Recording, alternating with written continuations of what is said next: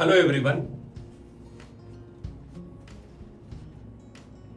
Hello everyone, आज अपन start करने वाले हैं coordination chemistry. One shot video बनाएंगे जिससे आपके आने वाले एग्जाम्स के लिए प्रिपरेशन में अच्छी सहायता इससे आपको मिलने वाली है।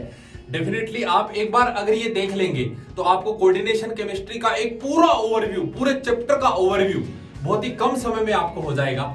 तो आप कनेक्ट करना, आप जुड़ना, लेकिन उससे पहले दो बातें जो मैं आपसे हमेशा ही करता हूं कि बेटा लाइफ में जब अंतिम समय में आप पहुंच जाते हैं, जैसे मान लो कि किसी आदमी को अगर ये कह दिया जाए कि भाई आप जो है वो 5 मिनट के बाद मरने वाले हो और आपके पास ये 5 ही मिनट है, आप चाहो तो बच लो और आप चाहो तो मर जाओ, तो वो 5 मिनट में जो आदमी सरेंडर हो गया, बोले ठीक है यार 5 मिनट बाद मरना तो है, तो बेटा फिर उसका तो जिंदा रहना ही बेकार है। लेकिन 5 मिनट में जो अपने 5 जिंदगियों के बराबर जी के और मेहनत कर ले कि हो सकता है मैं बच जाऊं, हो सकता है मैं मेहनत कर लूं, बेटा जिंदगी उन्हीं का स्वागत करती है, ये दुनिया उन्हीं का स्वागत करती है, ईश्वर उनका साथ देता है। जहाज से दो आदमी गिर गए मान लो समुद्र के अंदर और दोनों को तैरना नहीं आता, मान लो दोनों को तैरना नहीं आता, एक आदमी तो ऐसे गिरते वो मर गया, भगवान अब और कुछ नहीं हो सकता मेरा, वो तो डूब जा, तो डूब जा, तेरा डूब जाना ही बढ़िया है, तो डूब जाए तो ही बढ़िया है। और एक आदमी ऐसा क्या डूब तो रही है, 5 हाथ मार लेते हैं, 5 हाथ मार के आगे पहुंच गया, फिर वो उसको लगा कि यार डूब तो रही है, 5 हाथ और मार लेते हैं, फिर 5 हाथ और मार लेते हैं, हो सकता है बेटा 5 हाथ मारते मारते मारते मारते वो किनारे तक पहुंच जाए। ईश्वर साथ देता है उसका जो अपने आप का साथ देता है। बस आपसे यही कहना चाहता हूं मैं कि लास्ट टाइम चल रहा है आपके एग्जाम्स का, और जो आने वाले एग्जाम्स हैं आपके जेई के या नीट के व्हाटएवर जो भी, तो उनका लास्ट टाइम में जब आप होते हैं तो उस टाइम इतनी मेहनत करो, इतनी मेहनत करो कि बस जैसे कि बस जिंदगी है तो इसके बाद ही है। और ये समय हमारा ऐसा चल रहा है स्ट्रगलिंग टाइम, अगर ये समय मैंने ढंग से स्ट्रगल कर लिया तो हो सकता है मैं जिंदा बच जाऊं।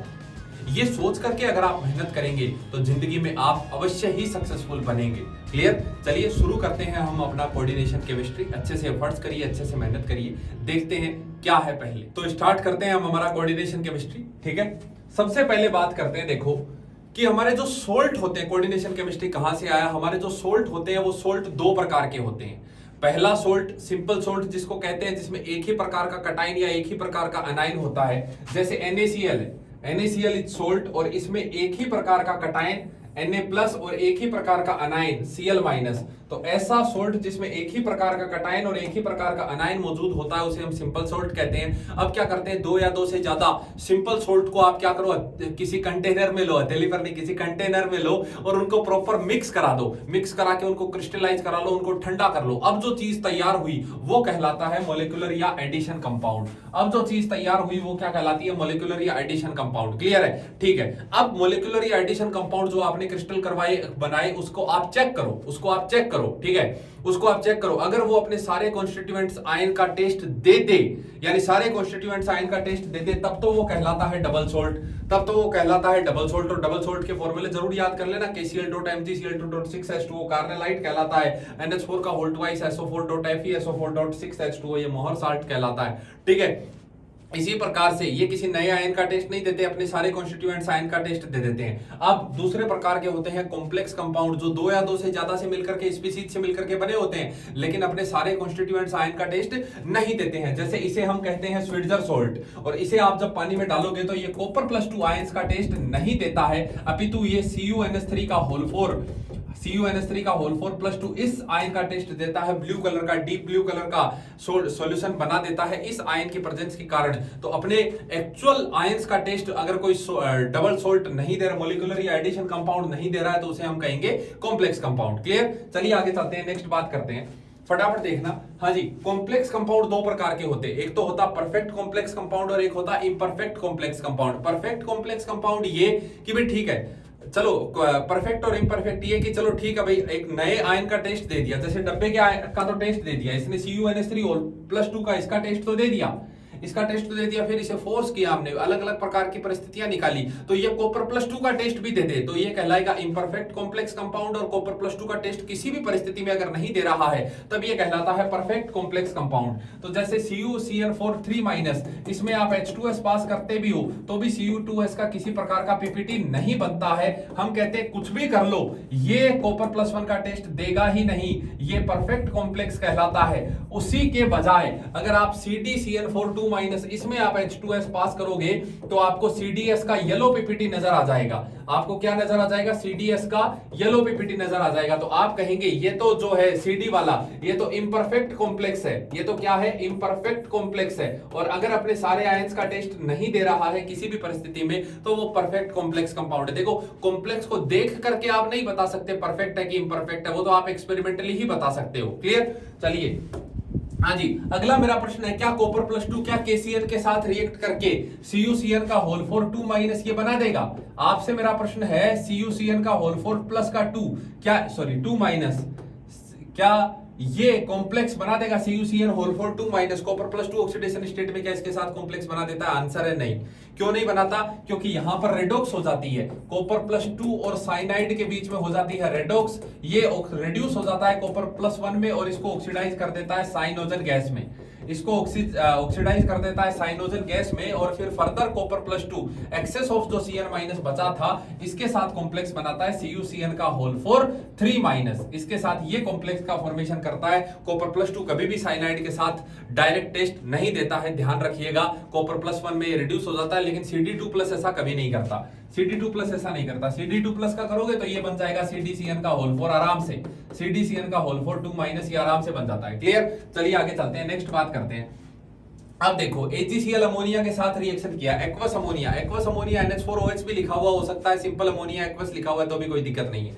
यहां से अमोनिया Ag का सिल्वर का हम जानते हैं अमोनिया के साथ ये कॉम्प्लेक्स बन गया, AgNH3 का होल 2 प्लस ये कॉम्प्लेक्स बन गया। यहां से इसको Ki में मैंने डाला, इसको Ki में डाला, बोलो क्या AgI का पीपीटी बन जाएगा? बोलो बोलो, डी ब्लॉक तुम पढ़ चुके हो, चुपचाप जवाब दो कि क्या AgI का यहां से पीपीटी बन जाएगा? नालायक, बताओ क्या AgI का पीपीटी बन जाएगा? बिल्कुल बन जाएगा। यहां से AgI का पीपीटी, यहां से AgI का पीपीटी बिल्कुल बन जाएगा। लेकिन अगर आप KBr में लोगे तो यहां से किसी प्रकार का रिएक्शन नहीं होगा, नो एक्शन। वहीं पर अगर आप एक्सेस में KBr ले लेते हो तब AgBr का पीपीटी बन जाता है, तब AgBr का पीपीटी बन जाता है। तो यहां से मैं आपको यह समझाना चाह रहा हूं कि किसी कॉम्प्लेक्स को देख करके आप नहीं बता सकते वो परफेक्ट है या इम्परफेक्ट है, आप तो बस केवल रिएक्शन कराए जाओ। अगर वो रिएक्शन कर गया तो आप कहोगे इम्परफेक्ट है, रिएक्शन नहीं किया तो आप कहेंगे वो परफेक्ट है। क्लियर है? ओके, चलिए आगे चलते हैं, नेक्स्ट बात करते हैं। ठीक है, जैसे CuSO4 एक्वस अमोनिया के साथ बताओ क्या रिएक्शन हो जाएगा? बिल्कुल हो जाएगा।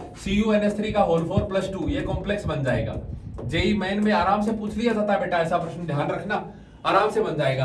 NH4OH बेसिकली एक्वस अमोनिया ही है तो यहां पर ये कॉम्प्लेक्स यहां पर भी बन जाएगा। लेकिन अगर आप एसिडिक मीडियम ले लेते हैं, अगर आप एसिडिक मीडियम ले लेते हैं तो यहां पर किसी प्रकार का एक्शन नहीं होता है, यहां पर नो एक्शन होता है। अब ऐसा क्यों है कि नो एक्शन क्यों होता है? इसलिए क्योंकि ये जो स्पीसीज होती है जो कॉपर प्लस 2 के साथ जुड़ी है, आगे आगे अपन और बात करने वाले हैं, ये होता है लोन पेयर डोनर। ये स्पीसीज क्या कहलाती है? ये होता है लोन पेयर डोनर।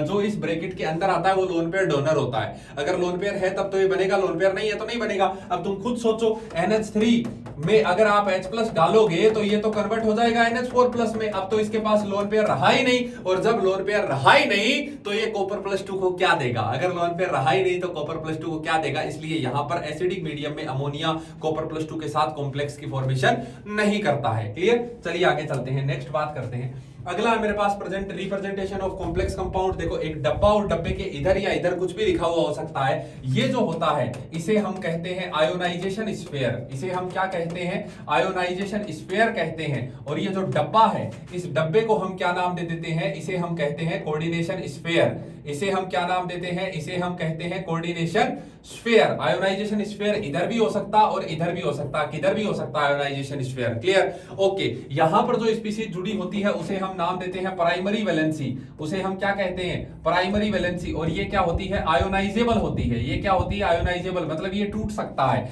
लेकिन डब्बा इन जनरल टूटता नहीं है। यहां पर ये जो LM है, M को कहते हैं सेंट्रल मेटल एटम या सेंट्रल मेटल आयन, L जो होता है वो लुईस बेस होता है, L जो होता है लुईस बेस होता है, और इस लुईस बेस का विशेष नाम यहां पर हम लेते हैं, दैट इज कॉल्ड लिगेंड।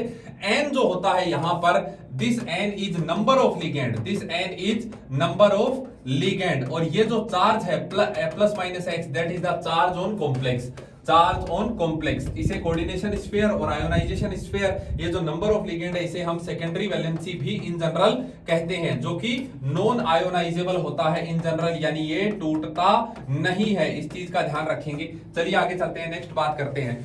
हाँ जी, जैसे K4 Fe6 है, तो इस प्रकार का कॉम्प्लेक्स क्या कहलाएगा? यहाँ पर कटायन आयोनाइजेबल है, लेकिन अनायन जो पहले है वो कटायन है, जो बाद में है वो अनायन है, क्योंकि डब्बा, ये सोल्ट इस प्रकार से टूटता है कि डब्बा पूरा अपना अलग होता है, और डब्बे के पहले या बाद में जुड़ी हुई स्पीसीज जो कि आयोनाइजेशन स्फीयर है वो अपना अलग होता है, डब्बा कभी नहीं टूटता। तो जब आप इसको तोड़ोगे तो 4K प्लस Fe6 4 माइनस में ये टूटेगा, तो इसे हम कहेंगे सिंपल कटायन। इस प्रकार के कॉम्प्लेक्स को हम कहेंगे सिंपल कटायन कॉम्प्लेक्स अनायन। इसे हम क्या नाम दे रहे हैं? Simple cation complex अनायन। वहीं दूसरे वाले को कॉम्प्लेक्स कटायन सिंपल अनायन, दूसरे वाले को क्या नाम दे रहे हैं? कॉम्प्लेक्स कटायन, दूसरे वाले को कॉम्प्लेक्स कटायन सिंपल अनायन नाम दे रहे हैं। यहाँ पर कटायन और अनायन दोनों ही कॉम्प्लेक्स हैं, तो यहाँ पर आप लिख देंगे कॉम्प्लेक्स कटायन कॉम्प्लेक्स अनायन। यहाँ पर क्या होगा? कॉम्प्लेक्स कटायन कॉम्प्लेक्स अनायन, ये यहाँ पर ये होगा, और यहाँ पर इसका जब आयोनाइजेशन स्फीयर नहीं होता तो हम उसे कह देते हैं न्यूट्रल कॉम्प्लेक्स। उसे हम क्या नाम दे देते हैं? न्यूट्रल कॉम्प्लेक्स नाम दे देते हैं। क्लियर? हाँ जी, arrange in order of conductance ये पूछा गया। सबसे पहले प्रकट हुआ था कि ये कॉम्प्लेक्स कंपाउंड कैसे दिखते हैं, इनको बताने के लिए वर्नर नाम का एक वैज्ञानिक प्रकट हुआ था, और वर्नर ये बोला कि आपको डब्बे के अंदर और डब्बे के बाहर दो चीजें अरेंज करके रखनी है। डब्बे के अंदर और डब्बे के बाहर दो चीजें अरेंज करके रखनी है। डब्बा कभी भी टूटता नहीं, और डब्बे के बाहर वाली चीजें अक्सर टूटती हैं, अक्सर क्या, हमेशा ही टूटती हैं। ठीक है, तो यहां पर देखो, यहां पर आयन कितने बनेंगे? नंबर ऑफ आयन यहां पर कितने होंगे? नंबर ऑफ आयन यहां पर कितने होंगे? 2 होंगे। यहां पर भी कितने होंगे? 2। कंडक्टेंस डायरेक्टली प्रोपोर्शनल होता है नंबर ऑफ आयन के, और अगर नंबर ऑफ आयन सेम आ जाए तब चार्ज के डायरेक्टली प्रोपोर्शनल होता है। यहां अगर चार्ज की बात करेंगे, हम चार्ज की बात करें तो Br माइनस की फॉर्म में निकलेगा, तो प्लस एंड माइनस, +1 एंड -1 ये चार्ज आएगा बेटा यहाँ पे अगर चार्ज की बात करेंगे तो SO4 पे 2 माइनस होता है, तो +2 एंड -2 होगा, क्योंकि यहां पर चार्ज ज्यादा है, क्योंकि यहां पर चार्ज ज्यादा है, इसलिए आप कहोगे कंडक्टेंस किसकी ज्यादा होगी? सेकंड की ज्यादा होगी फर्स्ट से। लेकिन आयन पे डिपेंड करेगा, प्रायोरिटी पे, जहां आयन ज्यादा होगा वहां कंडक्टेंस ज्यादा होगा। क्लियर? चलिए आगे बात करते हैं। यहां से देखो, right structure according to Werner theory, ये भी मुझसे पूछा जा सकता है, या इसमें भी हमें कंडक्टेंस पूछा जा सकता है। वर्नर ये कहता था कि हर ऑक्सीडेशन स्टेट के साथ हर सेंट्रल मेटल एटम का फिक्स होता है कोऑर्डिनेशन नंबर, मतलब उसके वो कितने कोऑर्डिनेट बॉन्ड बनाएगा। लुईस एसिड लुईस बेस के बीच में जो बॉन्ड बनता है वो कोऑर्डिनेट बॉन्ड बनता है, हम जानते हैं। लिगेंड क्या होता है? अपने आप में लुईस बेस होता है, और सेंट्रल मेटल एटम जो होता है वो लुईस एसिड होता है। लुईस एसिड और लुईस बेस के बीच में बनने वाला बॉन्ड क्या कहलाता है? कोऑर्डिनेट बॉन्ड कहलाता है। तो कोऑर्डिनेशन कंपाउंड जो होते हैं ना, इनमें कोऑर्डिनेट बॉन्ड पाया जाता है। ठीक है, ओके। तो ये अपना वर्नर जो था, वर्नर ये कहता था कि जितने कोऑर्डिनेट बॉन्ड बनेंगे, तो कोऑर्डिनेट बॉन्ड बनाने के लिए सबसे पहले आएगा कौन? सबसे पहले आएगा न्यूट्रल लिगेंड, सबसे पहले आता है न्यूट्रल, और न्यूट्रल अगर खत्म हो जाए उसके बाद आते हैं अनायन, उसके बाद आते हैं अनायनिक लिगेंड। लेकिन पहले कोशिश करो किससे बॉन्ड बनाओगे? न्यूट्रल से बॉन्ड बनाओगे। ठीक है, अब इन्होंने वर्नर साहब ने ये कहा कि हर ऑक्सीडेशन स्टेट के साथ हर सेंट्रल मेटल एटम कितने कोऑर्डिनेट बॉन्ड बनाएगा, वो उसका कोऑर्डिनेशन नंबर कहलाता है। तो कितने कोऑर्डिनेट बॉन्ड बनाएगा ये फिक्स होता है। तो अभी के लिए मैं आपको बता देता हूं कि कॉपर +3 का कोऑर्डिनेशन नंबर जो होता है वो 6 होता है। क्लियर? तो पहले इससे डब्बा तैयार करेंगे। CO NH3 के 4, ये न्यूट्रल है, यहां पर Cl पर -1 है, तो NH3 के 4 तो अंदर गए। अभी 6 भेजने हैं, तो 2 Cl और भेजेंगे, ये Cl2 हो गए, और बचा हुआ एक Cl अपन यहाँ पे बाहर लगा देंगे। यहां अगर बात करें तो 6 अमोनिया है, तो कोई दिक्कत ही नहीं है। 6 अमोनिया अंदर गए, बाकी के 3 Cl बाहर आ गए, बाकी के 3 Cl बाहर आ गए। अब मैं यहां पूछूं, बताओ कंडक्टेंस किसकी ज्यादा?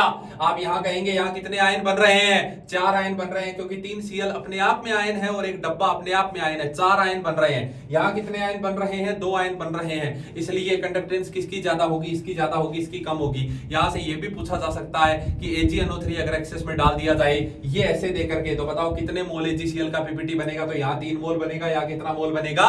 1 मोल बनेगा। तो इस प्रकार के सवाल यहां पूछे जा सकते हैं। हैं। अब स्ट्रक्चर की बात कर रहे हैं। स्ट्रक्चर के लिए वर्नर ने ये कहा कि जो सेकेंडरी वैलेंसी होती है उसे हम स्ट्रेट लाइन से रिप्रेजेंट करते हैं। तो कोऑर्डिनेशन नंबर 6 के साथ इस तरह से रिप्रेजेंट करो कि इनके बीच में रिपल्जन कम से कम हो। तो हम इसे ऑक्टाहेड्रली रिप्रेजेंट कर रहे हैं। 4 NH3 हो गए। अब बोला कि कोई ऐसा लिगेंड जो प्राइमरी वैलेंसी में भी है और जो सेकेंडरी वैलेंसी में भी है, यानी डब्बे के अंदर भी है और डब्बे के बाहर भी है, तो जब उसे डब्बे के अंदर यानी सेकेंडरी वैलेंसी में रिप्रेजेंट कर रहे हो तब straight as well as dotted line से रिप्रेजेंट करेंगे। Straight as well as dotted line से रिप्रेजेंट करेंगे और जो प्राइमरी वैलेंसी है उसको कहीं भी आप डॉटेड लाइन से रिप्रेजेंट कर सकते हो। This is the Werner structure of CONH3 का होल फॉर Cl2Cl। क्लियर? इसका वर्नर स्ट्रक्चर बनाए तो इसमें तो वो कॉमन स्पीसीज वाला चक्कर ही नहीं है। तो यहां पर 6 NH3 आप जोड़ देंगे इस प्रकार से, यहां पर आप 6 NH3 इस प्रकार से जोड़ देंगे। यहां किसी प्रकार का कोई चक्कर नहीं है।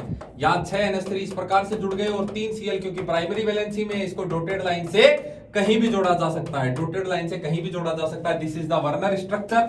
चलिए आगे बात करते हैं। नेक्स्ट कह रहा है कि लिगेंड क्या होता है? लोन पेयर डोनर स्पीसीज जो होता है वो लिगेंड कहलाता है। लिगेंड कितने लोन पेयर डोनेट करता है? एक लिगेंड कितने हो सकता है? एक ही लोन पेयर डोनेट करे, हो सकता है एक से ज्यादा लोन पेयर डोनेट करे। तो कितने लोन पेयर डोनेट करता है उसके बेसिस पर लिगेंड दो प्रकार के, मोनोडेंटेट और पॉलीडेंटेट। क्लियर? आगे देखो, मोनोडेंटेट 3 प्रकार के न्यूट्रल होंगे, पॉजिटिवली चार्ज होंगे और नेगेटिवली चार्ज होंगे। न्यूट्रल में आप H2O ले सकते हो, aqua, NH3, amine, CO carbonyl, thiocarbonyl, NO nitrosyl. इसी प्रकार से पॉजिटिवली चार्ज नाइट्रोसिल या nitrosonium, NH2 NH3 plus hydrazinium. और नेगेटिवली चार्ज जो होते हैं वो तो बहुत सारे, X-, OH-, O2-, सुपर ऑक्साइडो, परऑक्साइडो, आपका थायोसाइनेटो, ये सब हो जाएंगे। क्लियर? आओ पॉलीडेंटेट की अगर बात करें तो पॉलीडेंटेट में बहुत सारे हैं। इथाइलिन डाइअमीन टेट्राएसीटेट, CH2 बाइडेंटेट लिगेंड है, डाइथाइल टेट्रामीन, बाइपिरिडिन, ऑक्जेलेटो, इथाइलिन डाइअमीन टेट्राएसीटेट। जो इंपॉर्टेंट है वो ग्लाइसिनेटो, डाइमिथाइल ग्लाइऑक्जेमेटो। जो इंपॉर्टेंट है वो बता रहा हूं, वापस बता देता हूं। जो इंपॉर्टेंट है वो है GLY-1 यानी ग्लाइसिनेटो, दैट इज NH2CH2COO-।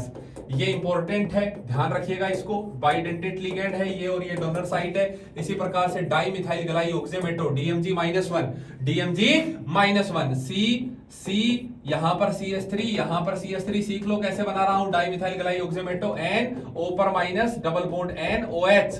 यहां पर नाइट्रोजन डोनर साइट होती है, ऑक्सीजन डोनर साइट नहीं होती है। क्लियर? DMG। और एक होता है EDTA, इथाइलिन डाइअमीन टेट्राएसीटेट 4- इथाइलिन, ये हो गया बेटा इथाइलिन, ये हो गया डाइअमीन और टेट्राएसीटेट, मतलब 4 एसीटेट ग्रुप लगाओ इस पर, CH2CO-, और इसी प्रकार से यहां भी CH2CO- और यहां पर CH2CO-। बेटा जितने लोन पेयर डोनेट करता है वो डेंसिटी कहलाती है। ये यहां से भी लोन पेयर डोनेट करता है, यहां से भी करता है, यहां से भी करता है, यहां से भी करता है, यहां से भी करता है, यहां से भी करता है। EDTA 4- is an hexadentate ligand. ये कैसा होता है? ये होता है हेक्साडेंटेट लिगेंड। क्लियर है? ये होता है बाइडेंटेट, ये होता है किस प्रकार का? बाइडेंटेट। और ये भी किस प्रकार का होता है? बाइडेंटेट लिगेंड होता है। तो स्ट्रक्चर देख लो, DMG का क्या स्ट्रक्चर है, GLY का क्या स्ट्रक्चर है और EDTA का क्या स्ट्रक्चर है। इसके बेसिस पर प्रश्न पूछा जाता है। चलिए आगे चलते हैं। अब मेरे से प्रश्न पूछा गया कि बताओ NH2 या N3- जो है दो डोनर साइट होते हुए भी इसको मोनोडेंटेट की कैटेगरी में क्यों रखा गया? मान ले कि बाइडेंटेट की कैटेगरी में इसको रख लेते हैं। M क्लियर, प्लस इसके ऊपर चार्ज है तो आपने इसको कोऑर्डिनेट बॉन्ड बना दिए 2।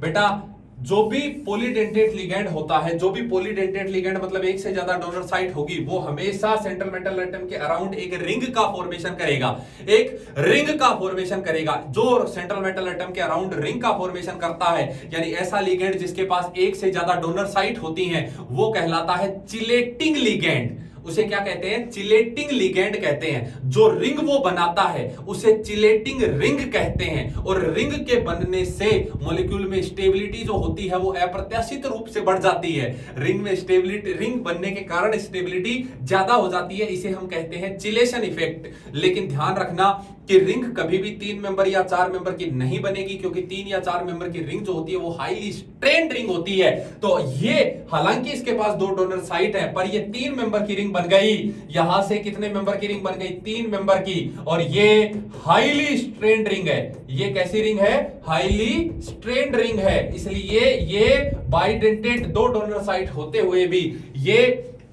ये मोनोडेंटेट की तरह ही बिहेव करेगा, सो नोट फॉर्म्ड, ये चिलेट रिंग और ये chelation effect. Clear, extra stability के कारण चिलेशन इफेक्ट। अगला मेरे से पूछा गया draw the structure of NiDMG का होल 2।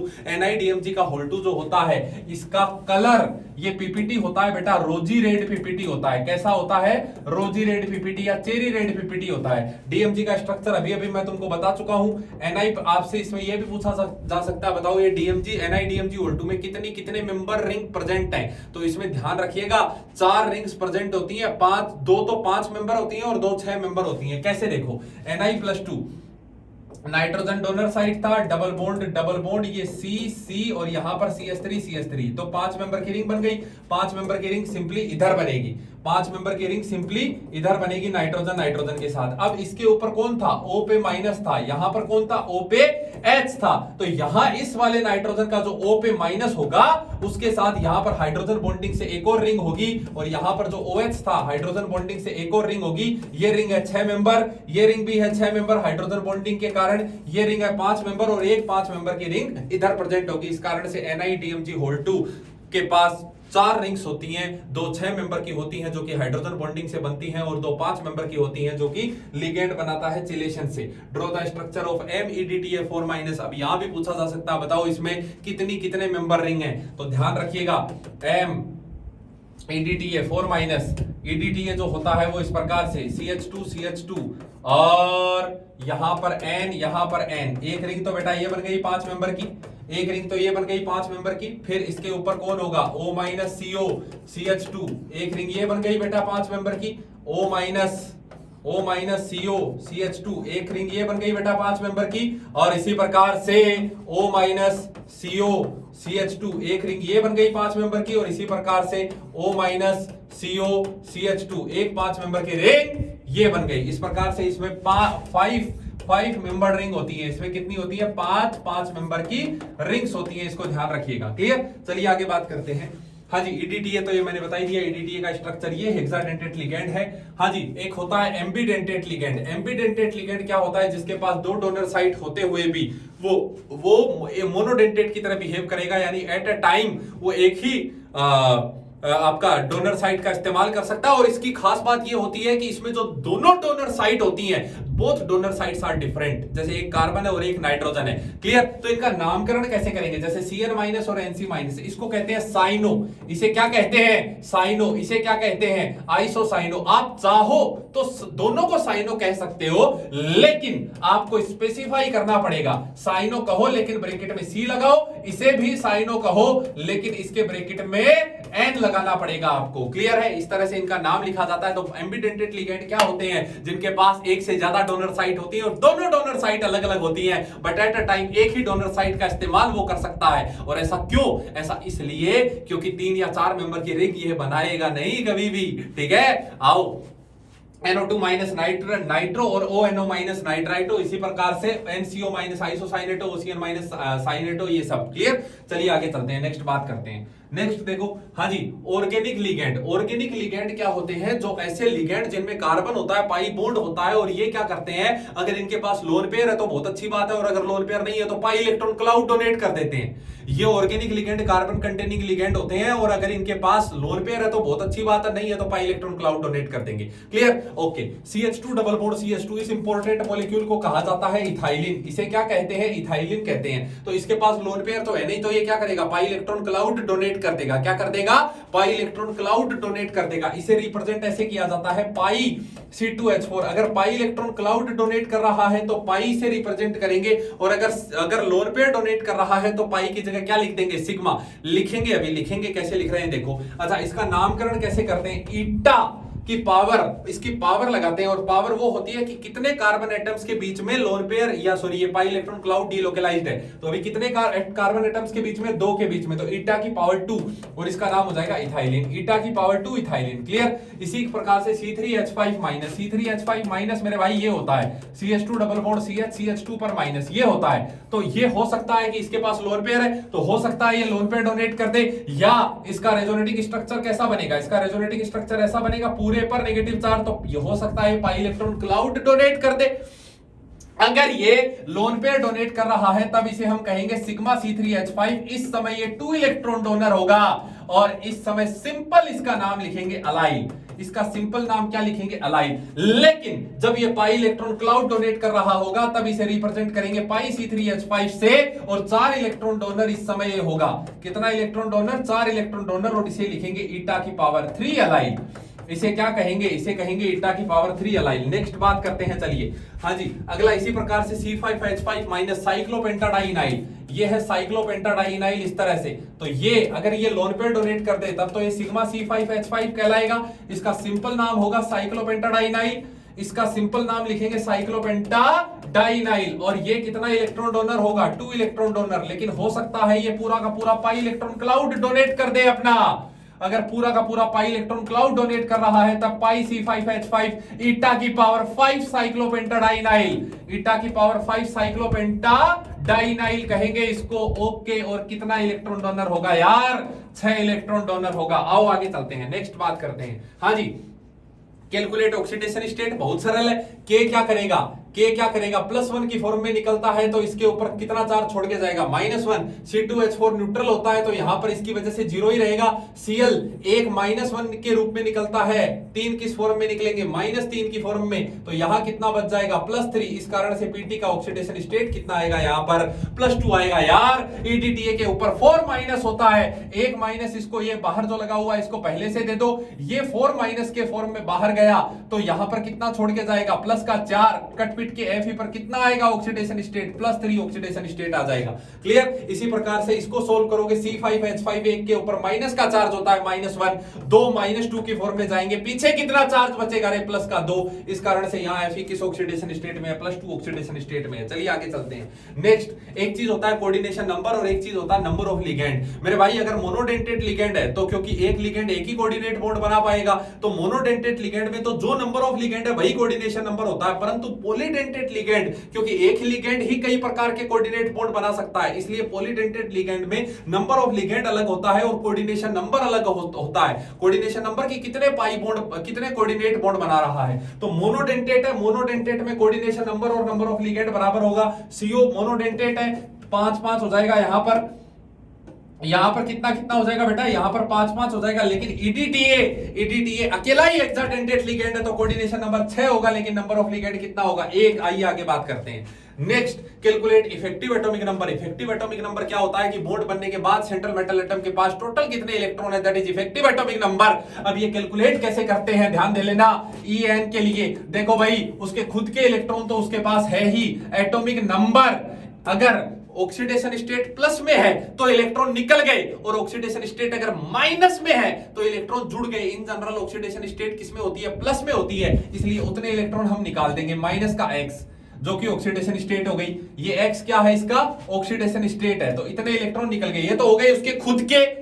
अब एक कोऑर्डिनेट बॉन्ड से कितने इलेक्ट्रॉन का फायदा होगा? 2 का। तो plus 2 multiply by coordination number कर देंगे। 2 मल्टीप्लाई बाई कोऑर्डिनेशन नंबर। लेकिन ये इन जनरल है, this is not valid in organic. In case of organic ligand, क्योंकि ऑर्गेनिक लिगेंड में एक अकेला लिगेंड 10-10 इलेक्ट्रॉन दे रहा है, 6-6 इलेक्ट्रॉन दे रहा है। क्लियर है? तो ध्यान रखिएगा, ये इन जनरल एप्लीकेबल है। आओ, मेरे पास पहला ही एग्जांपल ऑर्गेनिक लिगेंड का है। पाई C5H5 पाई C5H5 पाई वाला कितना इलेक्ट्रॉन डोनेट करता है रे? 6 इलेक्ट्रॉन डोनेट करता है ना। तो 26 हो गया इसका atomic number minus oxidation state हो गई कितनी? 2। ये तो हो गए Fe के खुद के इलेक्ट्रॉन। अब C5H5 अकेला कितना इलेक्ट्रॉन डोनेट करता है? 6। कितने हैं? 2। तो 12 ये हो गए। तो 24 और 12 कितने हो गए बेटा? बोलो 24 और 12 कितने हो गए? 36। तो इसका इफेक्टिव एटॉमिक नंबर कितना आ रहा है? 36 आ रहा है। इसी प्रकार से FeEDTA 4 माइनस, तो यहां पर इसका एटॉमिक नंबर कितना है? 26। ऑक्सीडेशन स्टेट बता दो जरा।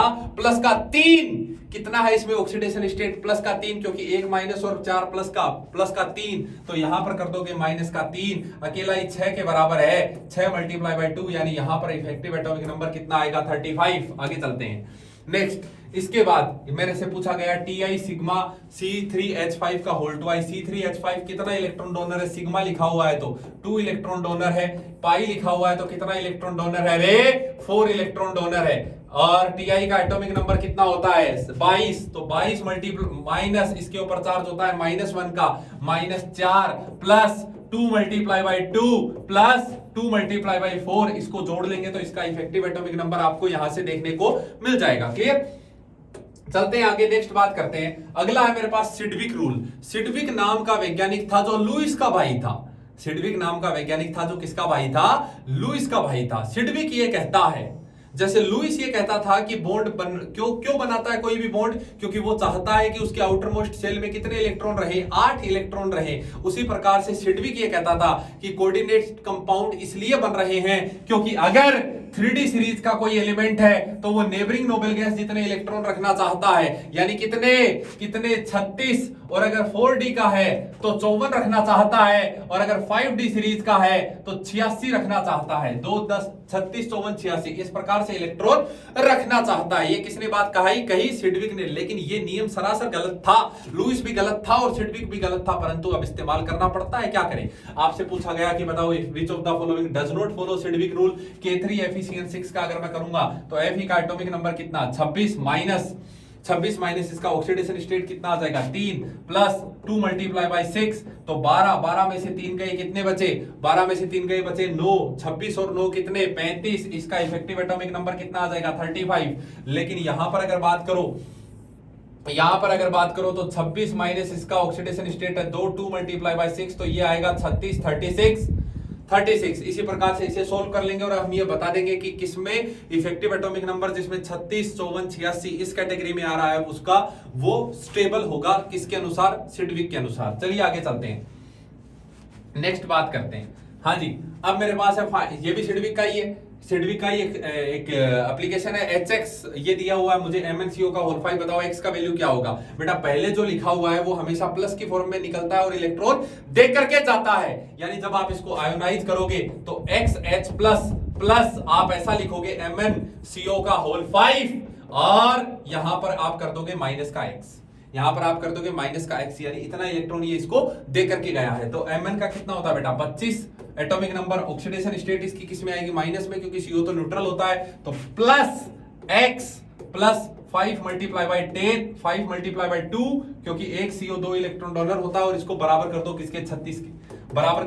36 के। तो x का वैल्यू यहां से कितना आ जाएगा? 1 आ जाएगा। तो this is the application of Sidgwick rule. इस तरह से आपको सिडविक रूल अप्लाई करवा के एप्लीकेशन पूछा जा सकता है। चलिए आगे बात करते हैं, NO लिगेंड की बात करते हैं बेटा। NO लिगेंड नाइट्रोसिल या नाइट्रोसिलियम या नाइट्रोसोनियम। ध्यान रखिएगा कि NO की फॉर्म में भी रहता है और NO+ की फॉर्म में भी रहता है। तो हम इसको NO+ माने कि क्या माने? En कैसे निकालें? तो ध्यान रखिएगा, अगर आप इसको NO+ मान रहे हैं तब तो ये 2 इलेक्ट्रॉन डोनर होता है, लेकिन अगर आप इसको सिंपल NO मान रहे हैं तब ये 3 इलेक्ट्रॉन डोनर होता है। EAN चाहे आप +2 से +1 से सोल्व कर लो, चाहे आप न्यूट्रल से सोल्व कर लो, EAN बराबर ही आना है। EN दोनों केसेस में बराबर ही आना है, ठीक है? तो देखो ध्यान से, Fe NO का मान लो मैं प्लस मान लेता हूं इसको, तो प्लस मान लेता हूं तो इसकी वजह से नेगेटिव चार्ज आएगा और CO न्यूट्रल होगा। इफ NO इज प्लस, अगर मान लेते हैं कि NO क्या है? इफ NO क्या है? पॉजिटिवली चार्ज है। NO क्या है? पॉजिटिवली चार्ज है। मान लेते हैं NO क्या है? पॉजिटिवली चार्ज है। तो Fe के ऊपर 26 तो इसके खुद के हो गए, प्लस एक इसको क्या मान रहे हैं? पॉजिटिव की वजह से अगर प्लस जाएगा तो माइनस छोड़ेगा, प्लस 2 इसको एक्स्ट्रा मिल गए, प्लस जब ये NO है तो ये कितना इलेक्ट्रॉन डोनर है? NO+, 2 ही इलेक्ट्रॉन डोनर है, 2 इलेक्ट्रॉन डोनर है, और CO तो 2 इलेक्ट्रॉन डोनर है ही, तो 2 मल्टीप्लाई बाई 2, अच्छा यहां भी 2 आएगा, 2 मल्टीप्लाई बाई 2, क्योंकि NO+ जो है वो 2 इलेक्ट्रॉन डोनर है, तो 2 मल्टीप्लाई बाई 2।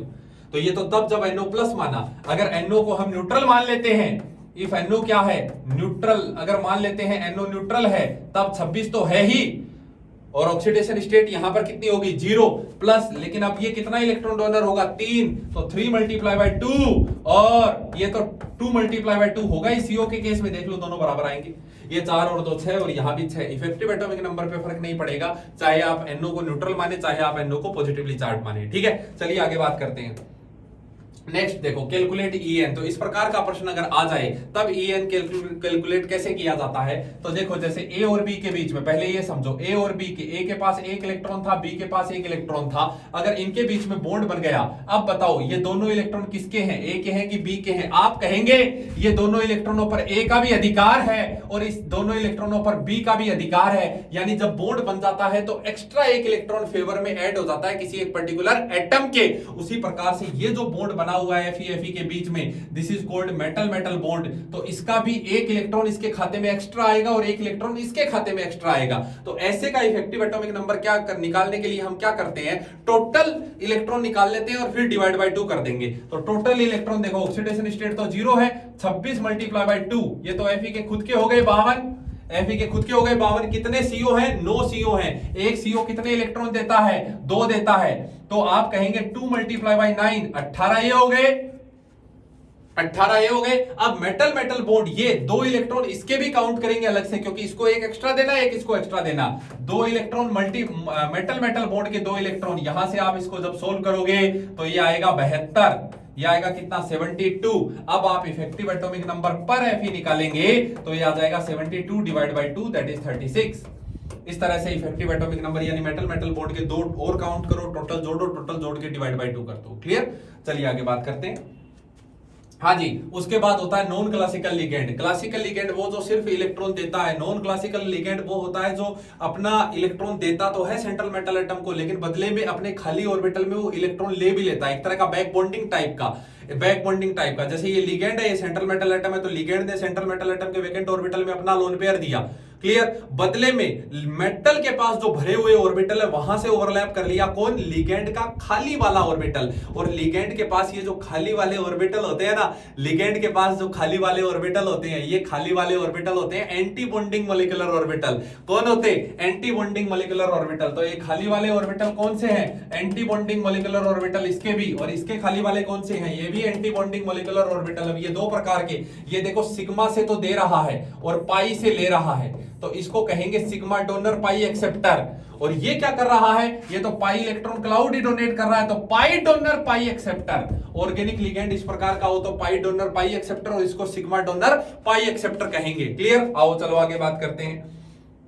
हाँ जी, सिनर्जिक, ये जो बैक बॉन्डिंग है इसको हम कहते हैं सिनर्जिक बॉन्डिंग। इस सिनर्जिक बॉन्डिंग से फर्क क्या पड़ता है, देखो अगर मेटल ने लिगेंड के साथ पाई बॉन्ड बनाया तो मेटल लिगेंड के बीच में तो बॉन्ड ऑर्डर बढ़ गया, इसका तो फायदा हो गया। लेकिन लिगेंड के कौन से ऑर्बिटल में इलेक्ट्रॉन चले गए, एंटी बॉन्डिंग मॉलिक्यूलर ऑर्बिटल में इलेक्ट्रॉन चले गए। और हम जानते हैं अगर किसी के एंटी बॉन्डिंग मॉलिक्यूलर ऑर्बिटल में इलेक्ट्रॉन चले जाते हैं तो उसका बॉन्ड ऑर्डर घट जाता है, उसकी बॉन्ड लेंथ बढ़ जाती है। तो इससे मेटल लिगेंड बॉन्ड तो मजबूत हो जाएगा, लेकिन लिगेंड के खुद के बॉन्ड जो है वो कमजोर हो जाएंगे, क्योंकि लिगेंड का बॉन्ड ऑर्डर जो होगा वो घट जाएगा।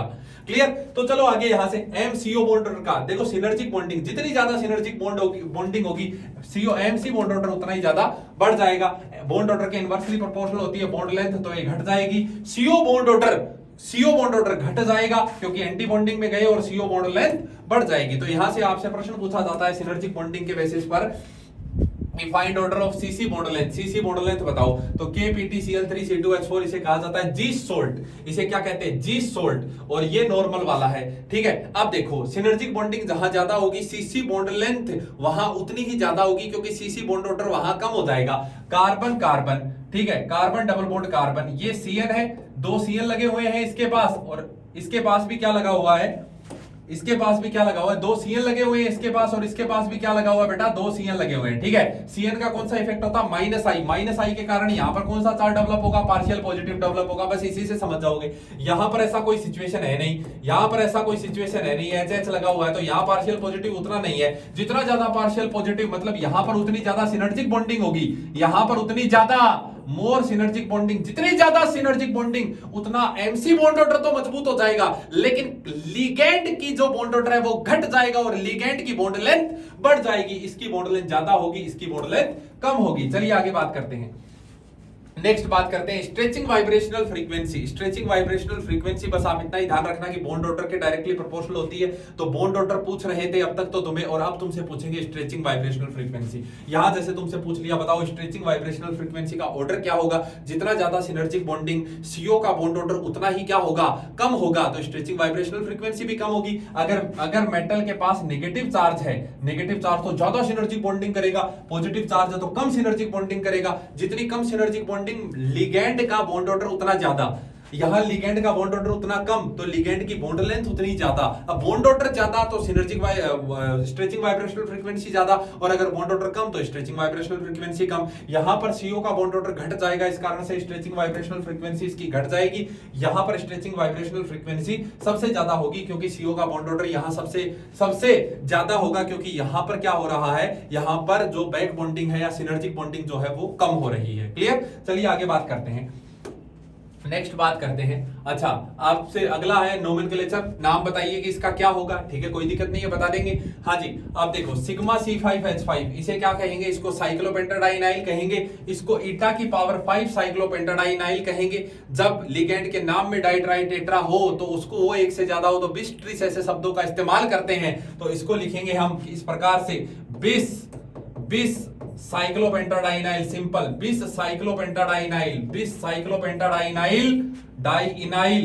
और अब फिर से बिस ईटा की पावर 5, क्योंकि ये पाई वाला है, साइक्लोपेंटाडाइनाइल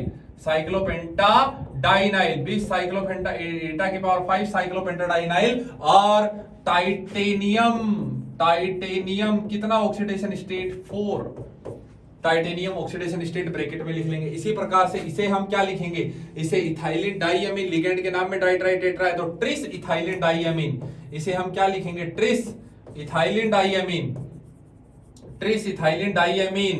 ओके, और आयरन सेकंड +2 चार्ज आएगा तो इसके सफिक्स में क्या लगा देते हैं, आयन लगा देते हैं। क्लियर? चलिए आगे बात करते हैं, नेक्स्ट बात करते हैं। जैसे ये है, मेरे को NiDMgOl2 का नाम लिखना है, डाइमिथाइल ग्लाइओक्सेमेटो, लिगेंड के नाम में डाइट्राइटेट्रा आ रहा है तो इसे लिखेंगे बिस डाइमिथाइल ग्लाइओक्सेमेटो, बिस डाइमिथाइल ग्लाइओक्सेमेटो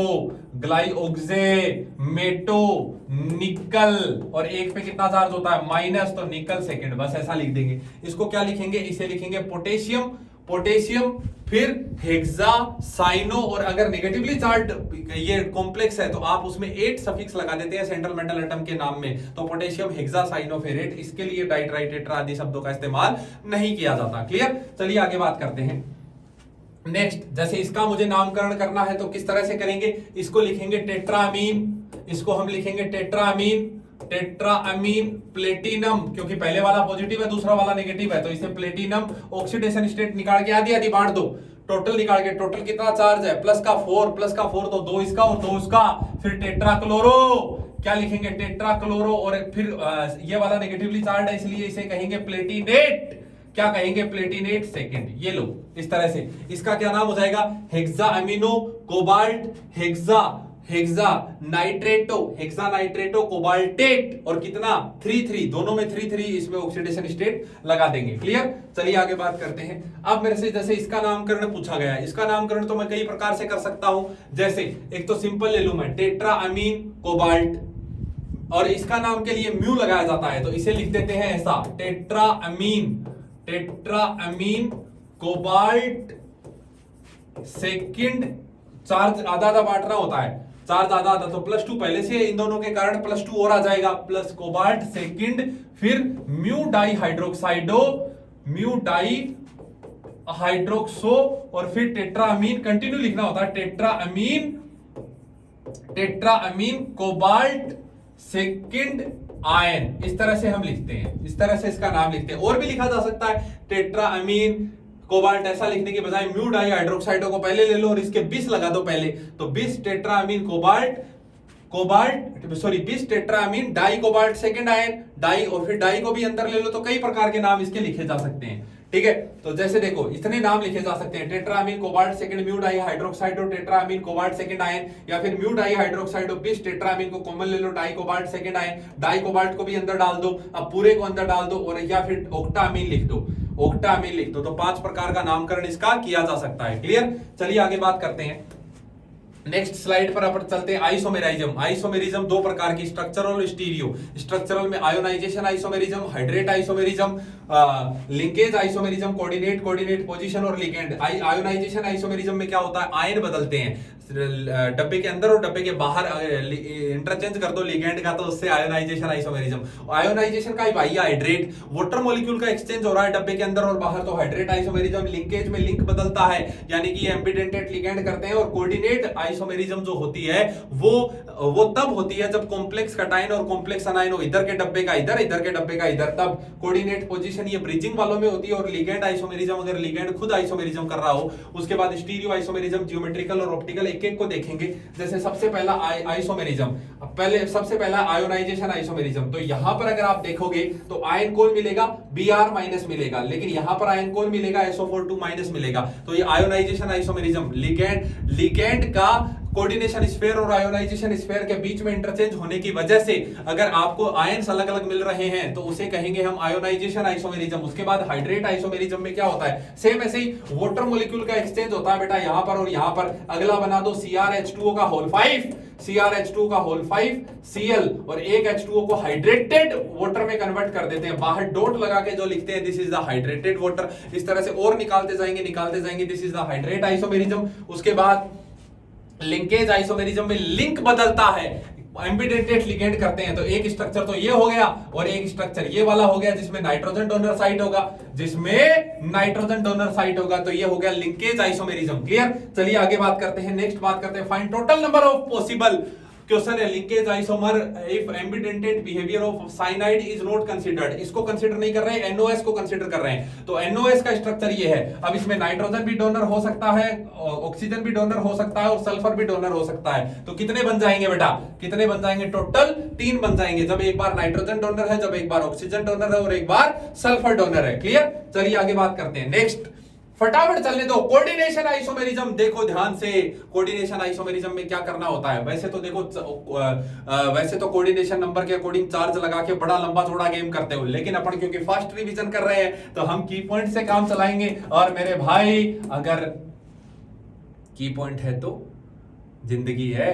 हाँ, की पॉइंट ये कहता है कि दोनों तरफ का सेंट्रल एटम अगर सेम है, दोनों तरफ का सेंटर मेटल अगर सेम है अगर CMA सेम है दोनों तरफ, CMA सेम है अगर दोनों तरफ, तो कोऑर्डिनेशन नंबर डिवाइड बाय 2 कर देना, सेम है तो। और अगर डिफरेंट है CMA दोनों तरफ, CMA अगर डिफरेंट है तब जितना कोऑर्डिनेशन नंबर होगा उतने ही कोऑर्डिनेट आइसोमर होंगे। तो यहां क्योंकि सेम है तो कोऑर्डिनेशन नंबर का आधा, दैट इज 4 का आधा कितना 2, यहां दोनों में अलग अलग है तो 4, यहां दोनों में फिर सेंट्रल एटम सेम है तो कोऑर्डिनेशन नंबर का आधा दैट इज 3, यहां पर फिर अलग अलग है तो जितना कोऑर्डिनेशन नंबर होगा उतने ही बनेंगे, दैट इज 6। क्लियर, चलिए आगे बात करते हैं।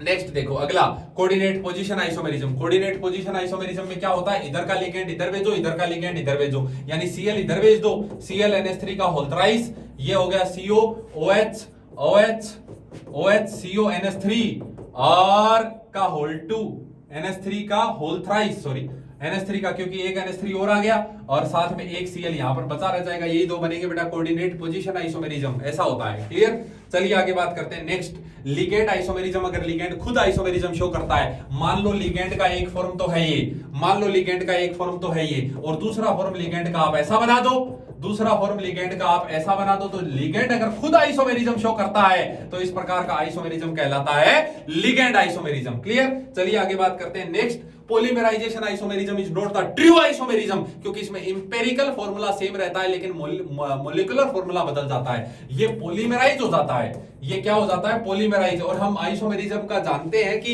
आइसोमेरिज्म तभी कहेंगे जब आपका मॉलिक्यूलर फॉर्मूला सेम और स्ट्रक्चरल फॉर्मूला या 3D स्पेस में अरेंजमेंट अलग अलग हो, तभी आइसोमर बोलेंगे। तो ये तो आइसोमर बनेगा नहीं अगर ये पॉलीमराइज हो जाएगा तो इसमें हम क्या करते हैं, इसमें इंपेरिकल फॉर्मूला सेम रहता है लेकिन मॉलिक्यूलर फॉर्मूला बदल जाता है, तो इस प्रकार की आइसोमेरिज्म को क्या कहते हैं, polymerization isomerism. That is not the true isomerism, क्योंकि इसमें मॉलिक्यूलर फॉर्मूला बदल जाता है और इंपेरिकल फॉर्मूला सेम रहता है। इंपेरिकल फॉर्मूला निकालोगे 2Pt 4NH3 और 4Cl2, तो यही आएगा बेटा इंपेरिकल फॉर्मूला PtNH3 का होल 2 Cl2। क्लियर, चलिए आगे बात करते हैं। नेक्स्ट फटाफट देखो बेटा, हाँ, ज्योमेट्रिकल आइसोमेरिज्म, कोऑर्डिनेशन नंबर 4 और 6 में बताओ, GI मतलब ज्योमेट्री बदले, बॉन्ड एंगल बदले, बॉन्ड लेंथ बदले, बताओ क्या कोऑर्डिनेशन नंबर 4 में 2 प्रकार की स्ट्रक्चर होंगी बेटा, टेट्राहेड्रल और स्क्वायर प्लेनर। कैसी होंगी, टेट्राहेड्रल और स्क्वायर प्लेनर। बताओ क्या टेट्राहेड्रल कभी GI शो कर पाएगा, क्या टेट्राहेड्रल कभी जीआई शो कर पाएगा? कभी नहीं कर पाएगा, क्योंकि इसमें एक ही प्रकार का बॉन्ड एंगल होता है। ज्योमेट्री बदलोगे कैसे? इसमें किसी भी प्रकार का जीआई कभी नहीं होगा, इसमें कभी किसी प्रकार का जीआई नहीं होगा। स्क्वायर प्लेनर ये होता है बेटा, मान लो ये ए बी सी डी आपने ऐसा लगाया, क्या इसमें ज्योमेट्री बदल सकते हो? बिल्कुल बदल सकते हैं। अभी ए के पास सी है, फिर ए के सामने सी लगा देंगे, तो ये जीआई शो करता है, ये जीआई शो करता है। और इसी प्रकार से ऑक्टाहेड्रल के केस में अगर बात करोगे, तो ऑक्टाहेड्रल के केस में जैसे एम ए बी ए ऐसा है, बी ऐसा है, कुछ भी है, बी सी ए कुछ भी है, तो अभी बी के सामने सी है और फिर एक बार बी के पास लगा देंगे सी को, तो ये भी जीआई ज्योमेट्रिकल आइसोमेरिज्म शो करता है। कोऑर्डिनेशन नंबर 6 में ज्योमेट्रिकल आइसोमेरिज्म होती है। कोऑर्डिनेशन नंबर 4 में ज्योमेट्रिकल आइसोमेरिज्म केवल तभी होगी जब स्क्वायर प्लेनर है, अगर टेट्राहेड्रल है तो ज्योमेट्रिकल आइसोमेरिज्म नहीं। अब आगे चलते हैं। अब मेरे से पूछा गया है फाइंड जीआई प्रेजेंट और नोट, ये पूछा गया बताओ जीआई प्रेजेंट है या नहीं है। पीटी अभी ध्यान रख लेना कि पीटी बाद में तो स्ट्रक्चर बनाना सिखा दूंगा, पीटी +2 में जब होता है तो ये स्क्वायर प्लेनर कॉम्प्लेक्स बनाता है, स्क्वायर प्लेनर कॉम्प्लेक्स बनाता है। जब ऐसा प्रश्न आ जाए बताओ जीआई शो करेगा या नहीं करेगा, तब आप इसको ऐसे चेंज कर लो, इसको सेंट्रल मेटल एटम हो गया एम, लिगेंड अगर एक ही प्रकार का है तो A4। अब बताओ क्या ये जीआई शो कर सकता है कभी? क्या ये कभी जीआई शो कर सकता है? आप कहेंगे ये कभी जीआई शो नहीं कर सकता। अगर 3 NH3 जुड़े हैं, ये भी कभी भी जीआई शो नहीं करेगा, क्योंकि आप ज्योमेट्री कैसे बदलोगे? बदली नहीं जाएगी। इसको ऐसे मान लो एम ए बी, आप ए के सामने ए ऑलरेडी प्रेजेंट है, ए के पास ए ऑलरेडी प्रेजेंट है, तो आप इसमें जीआई नहीं करा सकते। पीटी ClBr NH3H2 ये बिल्कुल जीआई शो करेगा। ये ऐसा है बेटा, ये इस प्रकार से है M A B C D, तो ये जीआई शो करेगा। इसका जीआई बनाने का तरीका क्या है? किसी एक को फिक्स कर लो, किसी एक को फिक्स कर लो, बाकी को बदल बदल के इसके सामने रखते रहो। तो एक बार सामने डी आ गया, एक बार सामने सी रख दीजिए, और एक बार सामने आप ए को के सामने आप किसको रख देंगे? बी को रख देंगे। क्लियर? तो इस प्रकार से इसके 3 आइसोमर बनेंगे। ज्योमेट्रिकल आइसोमर कितने बनेंगे? इसके 3 बनेंगे। क्लियर? आ जाओ। PTEN का होल ट्वाइस इथाइलिन डाइएमीन, यानी इथाइलिन डाइएमीन का डोनर साइड सेम होता है, ये AA रहेगा, एम ए। आप कहेंगे यार क्या है कभी जीआई शो कर सकता है? आप कहेंगे नहीं, कभी जीआई शो नहीं कर सकता। चलो आगे चलते हैं, नेक्स्ट बात करते हैं। PTEN-Cl2 क्या ये जीआई शो करेगा? क्या ये जीआई शो करेगा? ये हो गया एम ए और Cl ये कभी भी जीआई शो नहीं करेगा। GLY ग्लाइसिरेटो ये हो गया MAP का होल 2, क्योंकि इसमें डोनर साइट अलग अलग है यार, तो ये जीआई शो कर देगा ना आराम से। AB और यहां पर हो गया AB, ये हो गया सिस, और इसी प्रकार से आप एक को बदल दो, एक को सेम रखो, ये दोनों आपस में cis trans isomer geometrical isomerism show कर देंगे। इस प्रकार से आपसे पूछा जाएगा। चलिए आगे चलते हैं। नेक्स्ट कोऑर्डिनेशन नंबर 6 में मेरे को पूछा गया है, बताइए ज्योमेट्रिकल और ऑप्टिकल एक साथ बताइए। ऑप्टिकल का क्या तरीका है? ऑप्टिकल के लिए क्या करेंगे? ऑप्टिकल के लिए आप पीओएस लगाएंगे। ऑप्टिकल के लिए क्या करेंगे? Apply POS, apply plane of symmetry. अगर प्लेन ऑफ सिमेट्री लग गया प्रेजेंट, तो आप कहेंगे ये क्या होगा? ये होगा ऑप्टिकली इनएक्टिव, यानी इसका मिरर इमेज इससे अलग नहीं बनेगा। और अगर पीओएस अब्सेंट है, पीओएस नहीं लगा, पीओएस अब्सेंट, तब आप कहोगे ऑप्टिकली एक्टिव। और जो ऑप्टिकली एक्टिव होता है, हम ऑर्गेनिक में भी पढ़ चुके हैं, उसको डबल काउंट किया जाता है टोटल स्टीरियो आइसोमर में, वो उसका मिरर इमेज। क्लियर? चलिए आगे बात करते हैं। अब मेरे से पूछा गया फाइंड टोटल स्टीरियो आइसोमर, इसके स्टीरियो आइसोमर टोटल काउंट करने हैं मेरे को। MA3B3 है एक्चुअली, ये किस प्रकार का है? MA3B3 याद हो तुम्हें तो इसे हम फेशियल और मेरिडोनियल कहते हैं यार। A B इसे हम सिस फॉर्म या फिर क्या कहते हैं? फेशियल। और इसका ट्रांस वाला बी ट्रांस वाला, इसे क्या कहते हैं? इसे कहते हैं मेरिडोनियल। फेक या मर। अब देखो की पॉइंट देखो ऑप्टिकल चेक करने का, अगर एक जैसे लिगेंड एक दूसरे के आमने सामने तुम्हें दिख जाए, अगर एक जैसे लिगेंड आमने सामने दिख जाए तो 100% वो ऑप्टिकली इनएक्टिव होगा। यहां पर देखो एक जैसे लिगेंड आमने सामने आ गए, ये तो ऑप्टिकली इनएक्टिव है, ये तो ऑप्टिकली इनएक्टिव है। अब यहां पर मुझे दिख नहीं रहे एक जैसे लिगेंड आमने सामने, तो मुझे पीओएस लगा के देखना पड़ेगा बेटा इसमें। तो ये वाला पीओएस लगा दो इस प्रकार से, ये और ये आपस में मिरर इमेज, ये और ये आपस में मिरर इमेज, मतलब ये भी कैसा हो गया? इनएक्टिव। तो इसके स्टीरियो आइसोमर कितने बनेंगे? 2 ही बनेंगे, और दोनों क्या होंगे? एक दूसरे के ज्योमेट्रिकल आइसोमर होंगे। CO A3B3Cl A3B2C A3B2C, अगर ऐसा सिचुएशन है तब आप इसको कैसे करेंगे? देखो मैं बता देता हूं आपको। अगर आपके सामने ये वाली सीन आ जाए MA3B2C, तब आपको क्या करना होता है, आप इस तरह से अरेंज करें, डिफरेंट टाइप के लिगेंड जो है उनको यहां रखें, बी ये सी, बाकी को इधर रख लो, बाकी के लिए कोई दिक्कत नहीं है। अब आप इसमें पेयर बनाओ, एक पेयर बन गया बी का, एक पेयर बन गया बी सी का।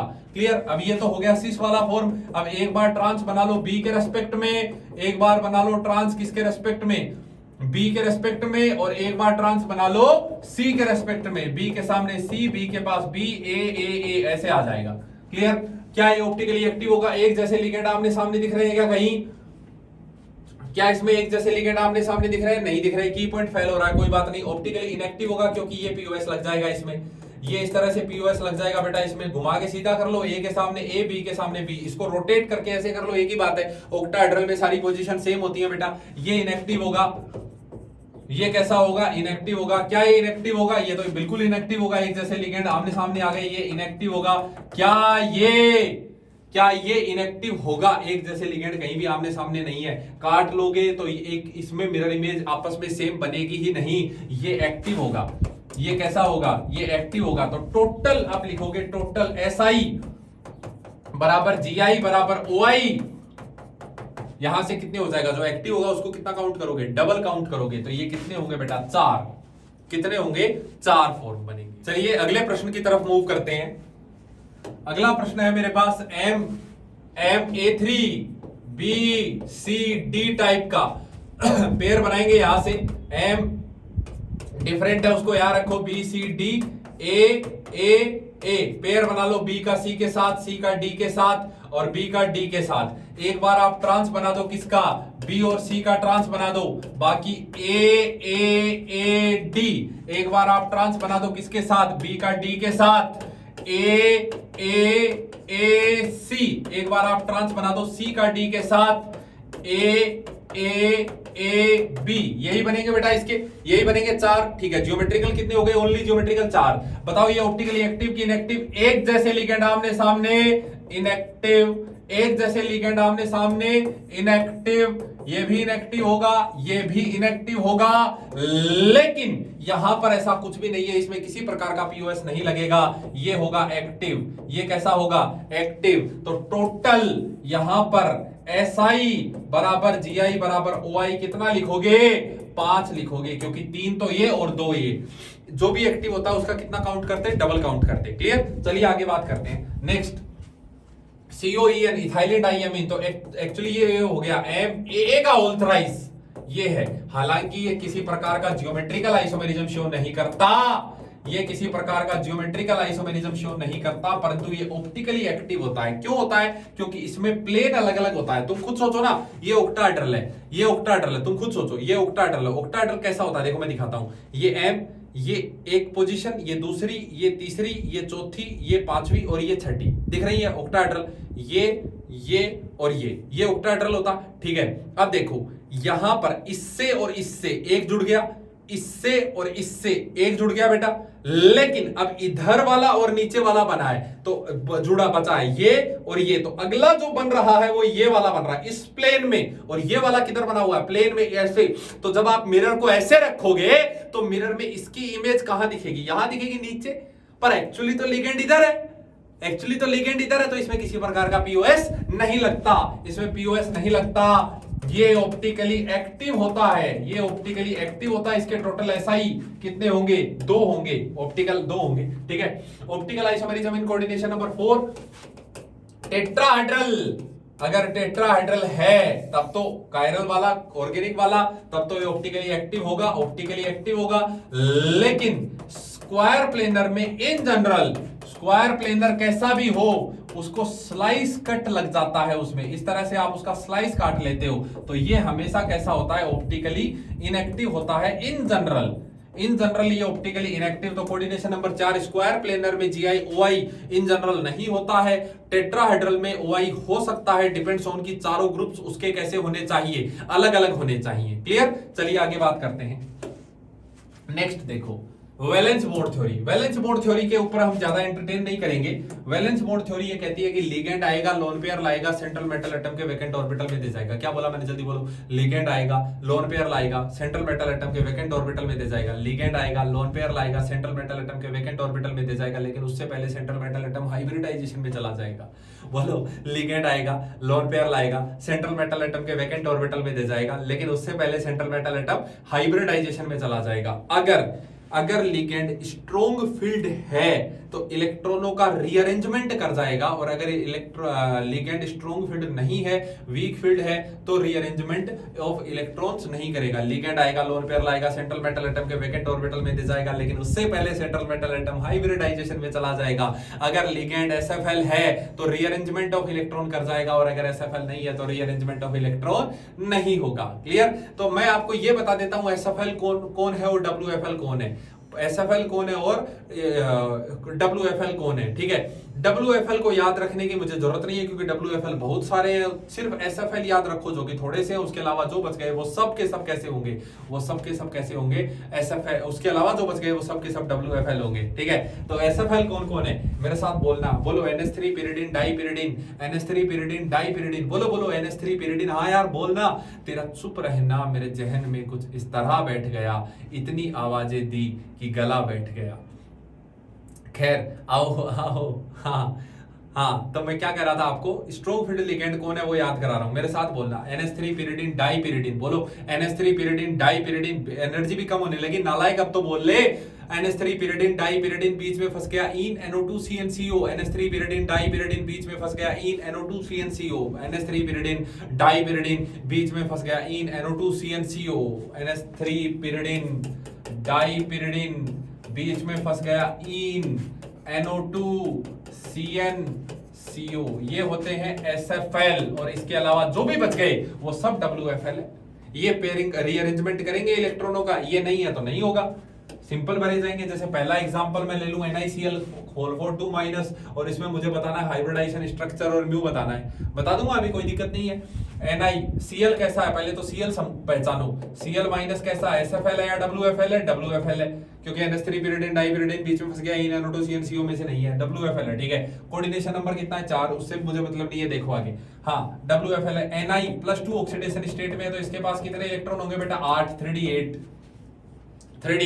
8 इलेक्ट्रॉन। और क्या होगा, रीअरेंजमेंट होगा क्या, WFL है तो कोई रीअरेंजमेंट नहीं होगा। D 1 2 3 4 5 6 7 8, ये लो D के 8 इलेक्ट्रॉन भर गए पूरे, कोई रीअरेंजमेंट ऑफ इलेक्ट्रॉन नहीं हुआ क्योंकि WFL है। तो अब मेरे को कितने ऑर्बिटल चाहिए, 4 ऑर्बिटल चाहिए, तो 4 खाली ऑर्बिटल जिसमें लोन पेयर दे पाए, एक S और 3 P, इसलिए इसका हाइब्रिडाइजेशन क्या होगा, sp3। अगर हाइब्रिडाइजेशन sp3 है तो वो कैसा होता है, टेट्राहेड्रल होता है। म्यू का वैल्यू पैरामैग्नेटिक होगा या डायमैग्नेटिक, क्योंकि 2 अनपेयर्ड इलेक्ट्रॉन है तो पैरामैग्नेटिक होगा। और जितने अनपेयर्ड इलेक्ट्रॉन, की पॉइंट बता रहा हूं, की पॉइंट है, तो हाँ, क्योंकि अगर 2 अनपेयर्ड इलेक्ट्रॉन है तो म्यू का वैल्यू 2 पॉइंट समथिंग, 3 है तो 3 पॉइंट समथिंग, 4 है तो 4 पॉइंट समथिंग। तो 2 अनपेयर्ड इलेक्ट्रॉन है, इसलिए म्यू का वैल्यू कितना होगा, 2.9 वॉर मैग्नेटोन, पैरामैग्नेटिक, बस खत्म। NiNH3 का होल 6+2 अगर ये है। अच्छा, यार अब देखो, ये बड़ा खतरनाक मॉलिक्यूल आया, ये खतरनाक मॉलिक्यूल आया। वीपीटी के अनुसार क्या होगा, यहाँ इलेक्ट्रॉनों की पेयरिंग हो जाएगी। वीपीटी के अनुसार Ni3d8 होगा, Ni+2 3d8। वीपीटी ये कहता है कि 8 इलेक्ट्रॉन, 1 2 3, क्योंकि NH3 SFL है। NH3 कैसा है, SFL, NH3 तो SFL है, तो 3 4 5 6 7 8, एक भी अनपेयर्ड नहीं है, एक भी अनपेयर्ड नहीं है। तो ये कैसा होना चाहिए, ये कैसा होना चाहिए, ये डायमैग्नेटिक होना चाहिए, परंतु इसका नेचर तो पैरामैग्नेटिक आ रहा था। हमने पूछा बता हाइब्रिडाइजेशन बता, हाइब्रिडाइजेशन बता, तो ये बोला यार एक D खाली पड़ा है, कितने ऑर्बिटल चाहिए, 6 ऑर्बिटल चाहिए, एक S आ गया, 3 P आ गए, और फिर एक और ऑर्बिटल चाहिए, तो अगला वाला D। बोला तू हाइब्रिडाइजेशन DsP3D करेगा, ऐसा हाइब्रिडाइजेशन तो पॉसिबल ही नहीं है, क्योंकि 3D और 4D का एनर्जी में गैप बहुत ज्यादा होता है, वो तो मिल ही नहीं सकते। इस मॉलिक्यूल ने मरवा दिया VBT वालों को, बोला VBT जो है वो तो बकवास है, तो इसलिए VBT नहीं पढ़ते हैं। VBT के बाद नया थ्योरी आता है, that is called crystal field theory, CFT। CFT ये कहता है कि किसी प्रकार का हाइब्रिडाइजेशन नहीं होता। CFT ये कहता है, ध्यान से समझना, CFT क्या कहता है, CFT कहता है किसी प्रकार का हाइब्रिडाइजेशन नहीं होता। मतलब लिगेंड जो होता है वो सेंट्रल मेटल एटम के वैकेंट ऑर्बिटल में लोन पेयर डालता ही नहीं है। लिगेंड जो होता है वो सेंट्रल मेटल एटम के वैकेंट ऑर्बिटल में लोन पेयर डालने का ये चक्कर कुछ नहीं होता। ये कहता है कि सेंट्रल मेटल एटम और लिगेंड के बीच में बनने वाला बॉन्ड जो होता है वो प्योरली आयनिक होता है। सेंट्रल मेटल एटम और लिगेंड के बीच में बनने वाला बॉन्ड जो होता है वो प्योरली कैसा होता है, आयोनिक होता है। ठीक है, इसने कहा, किसने, CFT ने। हाइब्रिडाइजेशन जैसी कोई घटना होती ही नहीं है। ठीक, सिर्फ सेंट्रल मेटल एटम के अप्रोच करता है कौन, लिगेंड। लिगेंड अगर नेगेटिवली चार्ज है तब तो कोई दिक्कत नहीं है, लेकिन अगर न्यूट्रल है तब उसका पॉजिटिव एंड जो होगा वो सेंट्रल मेटल एटम की तरफ अट्रैक्ट हो जाएगा। ये CFT वालों ने कहा। ठीक है, अब CFT वाले क्या बोले, CFT वाले बोले जब लिगेंड अप्रोच कर रहा होता है सेंट्रल मेटल एटम की तरफ तब अट्रैक्शन फोर्स तो लग ही रहा है सेंट्रल मेटल एटम और लिगेंड के बीच में, लेकिन इसके साथ साथ सेंट्रल मेटल एटम के भरे हुए ऑर्बिटल और लिगेंड के इलेक्ट्रॉनों के बीच में रिपल्जन भी लगता है। और इस रिपल्जन के कारण जो होती है कहानी असली वहीं से चालू होती है, क्योंकि लिगेंड जो आएगा वो लिगेंड पर्टिकुलरली आएगा। जैसे ऑक्टाहेड्रल में एक्सेस के अलोंग आता है। ऑक्टाहेड्रल ऐसा होता है ना, ये ऑक्टाहेड्रल है, ये वाली एक्स एक्सेस, ये वाली वाई एक्सेस और ये वाली जेड एक्सेस। ऑक्टाहेड्रल में जब भी आएगा एक्सेस के अलोंग आएगा, स्क्वायर प्लेनर में जब भी आएगा एक्सेस के अलोंग आएगा, और टेट्राहेड्रल में जब भी आएगा एक्सेस के बीच में आएगा। क्लियर? तो बोला कि किसी पर्टिकुलर डायरेक्शन से लिगेंड आएगा, या तो एक्सेस के अलोंग आएगा या तो एक्सेस के बीच में आएगा। अगर एक्सेस के अलोंग आ रहा है तो एक्सेस के अलोंग जो डी ऑर्बिटल है लिगेंड, सेंट्रल मेटल एटम के जो डी ऑर्बिटल जो एक्सेस के अलोंग आ रहे हैं उनके बीच में और लिगेंड के इलेक्ट्रॉनों के बीच में रिपल्जन होता है, और रिपल्जन के बीच में उनकी एनर्जी बढ़ जाती है। रिपल्जन के कारण जो एक्सेस के अलोंग है उनकी एनर्जी बढ़ गई, और जो एक्सेस के अलोंग नहीं, एक्सेस के बीच में उनकी एनर्जी घट गई। और अगर एक्सेस के बीच में आ रहा है तो एक्सेस के बीच वालों की एनर्जी बढ़ गई और एक्सेस के अलोंग वालों की एनर्जी घट गई। अगर ऐसा हो रहा है तो ऐसा होगा, रिपल्जन के कारण सारा खेल होता है इसमें। तो देखो ये बात करते हैं, डी ऑर्बिटल 5 होंगे, अलोंग एक्सेस जो होंगे वो होंगे dx स्क्वायर वाई स्क्वायर और dz स्क्वायर, और इन बिटवीन जो एक्सेस होते हैं वो होते हैं dxy dyz या dzx। अब लिगेंड जो आएगा वो या तो एक्सेस के अलोंग आएगा या तो एक्सेस के बीच में आएगा। यहीं से खेल शुरू होता है सारा का सारा। चलो आगे।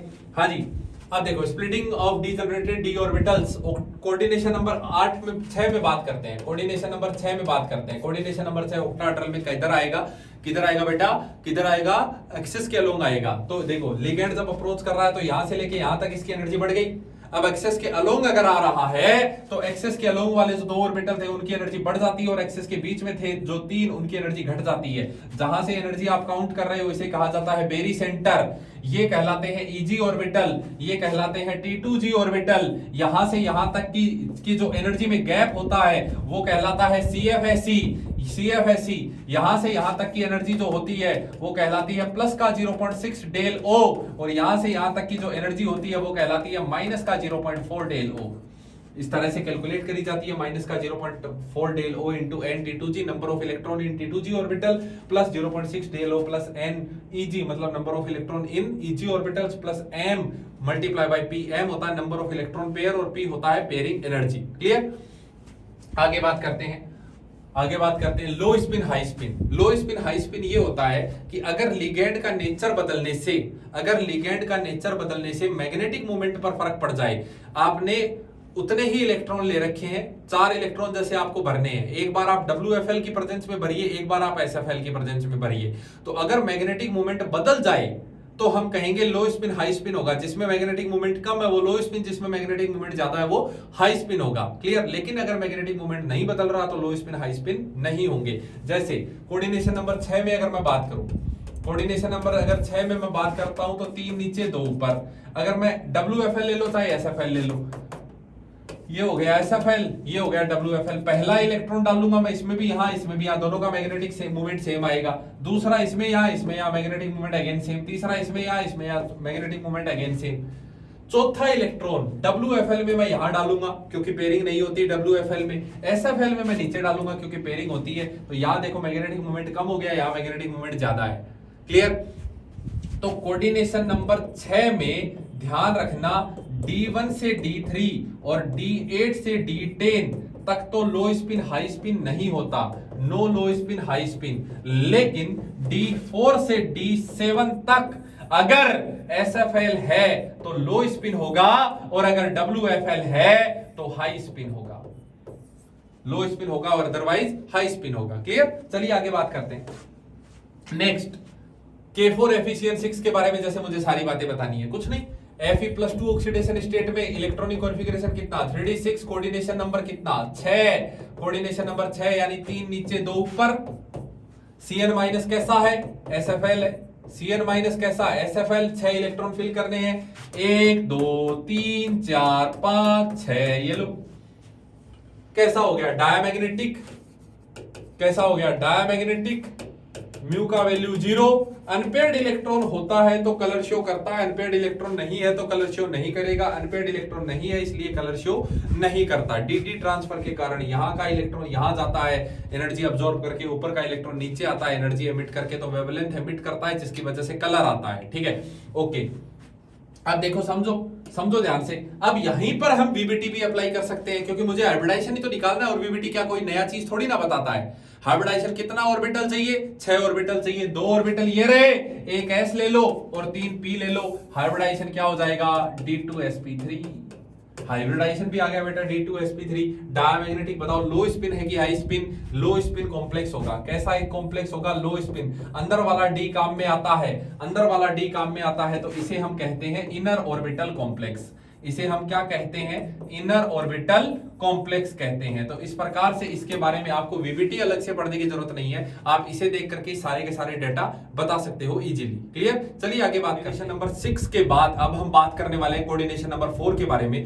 कोऑर्डिनेशन नंबर 4 के बारे में बस सीधा सा यही है, 2 प्रकार के स्ट्रक्चर बनेंगे इसमें, स्क्वायर प्लेनर और टेट्राहेड्रल। अब टेट्राहेड्रल और इसमें स्प्लिटिंग का पैटर्न भी अलग अलग होगा, क्योंकि आप जानते हैं कि अगर स्क्वायर प्लेनर स्प्लिटिंग होगी तो स्क्वायर प्लेनर का स्ट्रक्चर होता है ये ऐसे, 2 बॉन्ड इस तरह से और 2 बॉन्ड इस तरह से एक प्लेन में, यानी ये हो गए एक्स एक्सेस पर और ये हो गए वाई एक्सेस पर। यानी स्क्वायर प्लेनर में जो लिगेंड अप्रोच करेगा वो एक्स और वाई एक्सेस के अलोंग करता है। और टेट्राहेड्रल की अगर बात करें तो टेट्राहेड्रल इस तरह से होता है बेटा, है ना।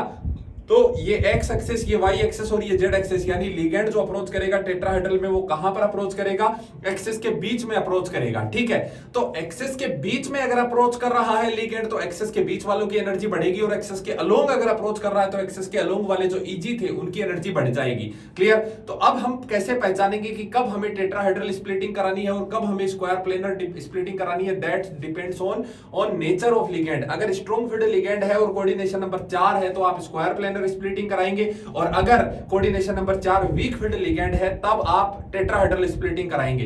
एक्सपेरिमेंटली ये देखा गया कि सबसे ज्यादा क्रिस्टल फील्ड स्टेबलाइजिंग एनर्जी जो होती है वो स्क्वायर प्लेनर की होती है, उसके बाद ऑक्टाहेड्रल होता है, और टेट्राहेड्रल की CFSE जो है वो सबसे कम होती है। क्लियर, तो यही लिखा हुआ है बस कि SFL है तो स्क्वायर प्लेनर स्प्लिटिंग होगी, WFL है तो टेट्राहेड्रल स्प्लिटिंग होगी। WFL है तो कैसा स्प्लिटिंग होगा, टेट्राहेड्रल स्प्लिटिंग होगा। Experimentally del SP greater than delta T, square planar का जो CFSE होगा वो टेट्राहेड्रल से ज्यादा होगा और ऑक्टाहेड्रल से भी ज्यादा होगा। जो रिलेशन होता है स्क्वायर प्लेनर, ऑक्टाहेड्रल और टेट्राहेड्रल में, that is del SP equal to 1.6 del O।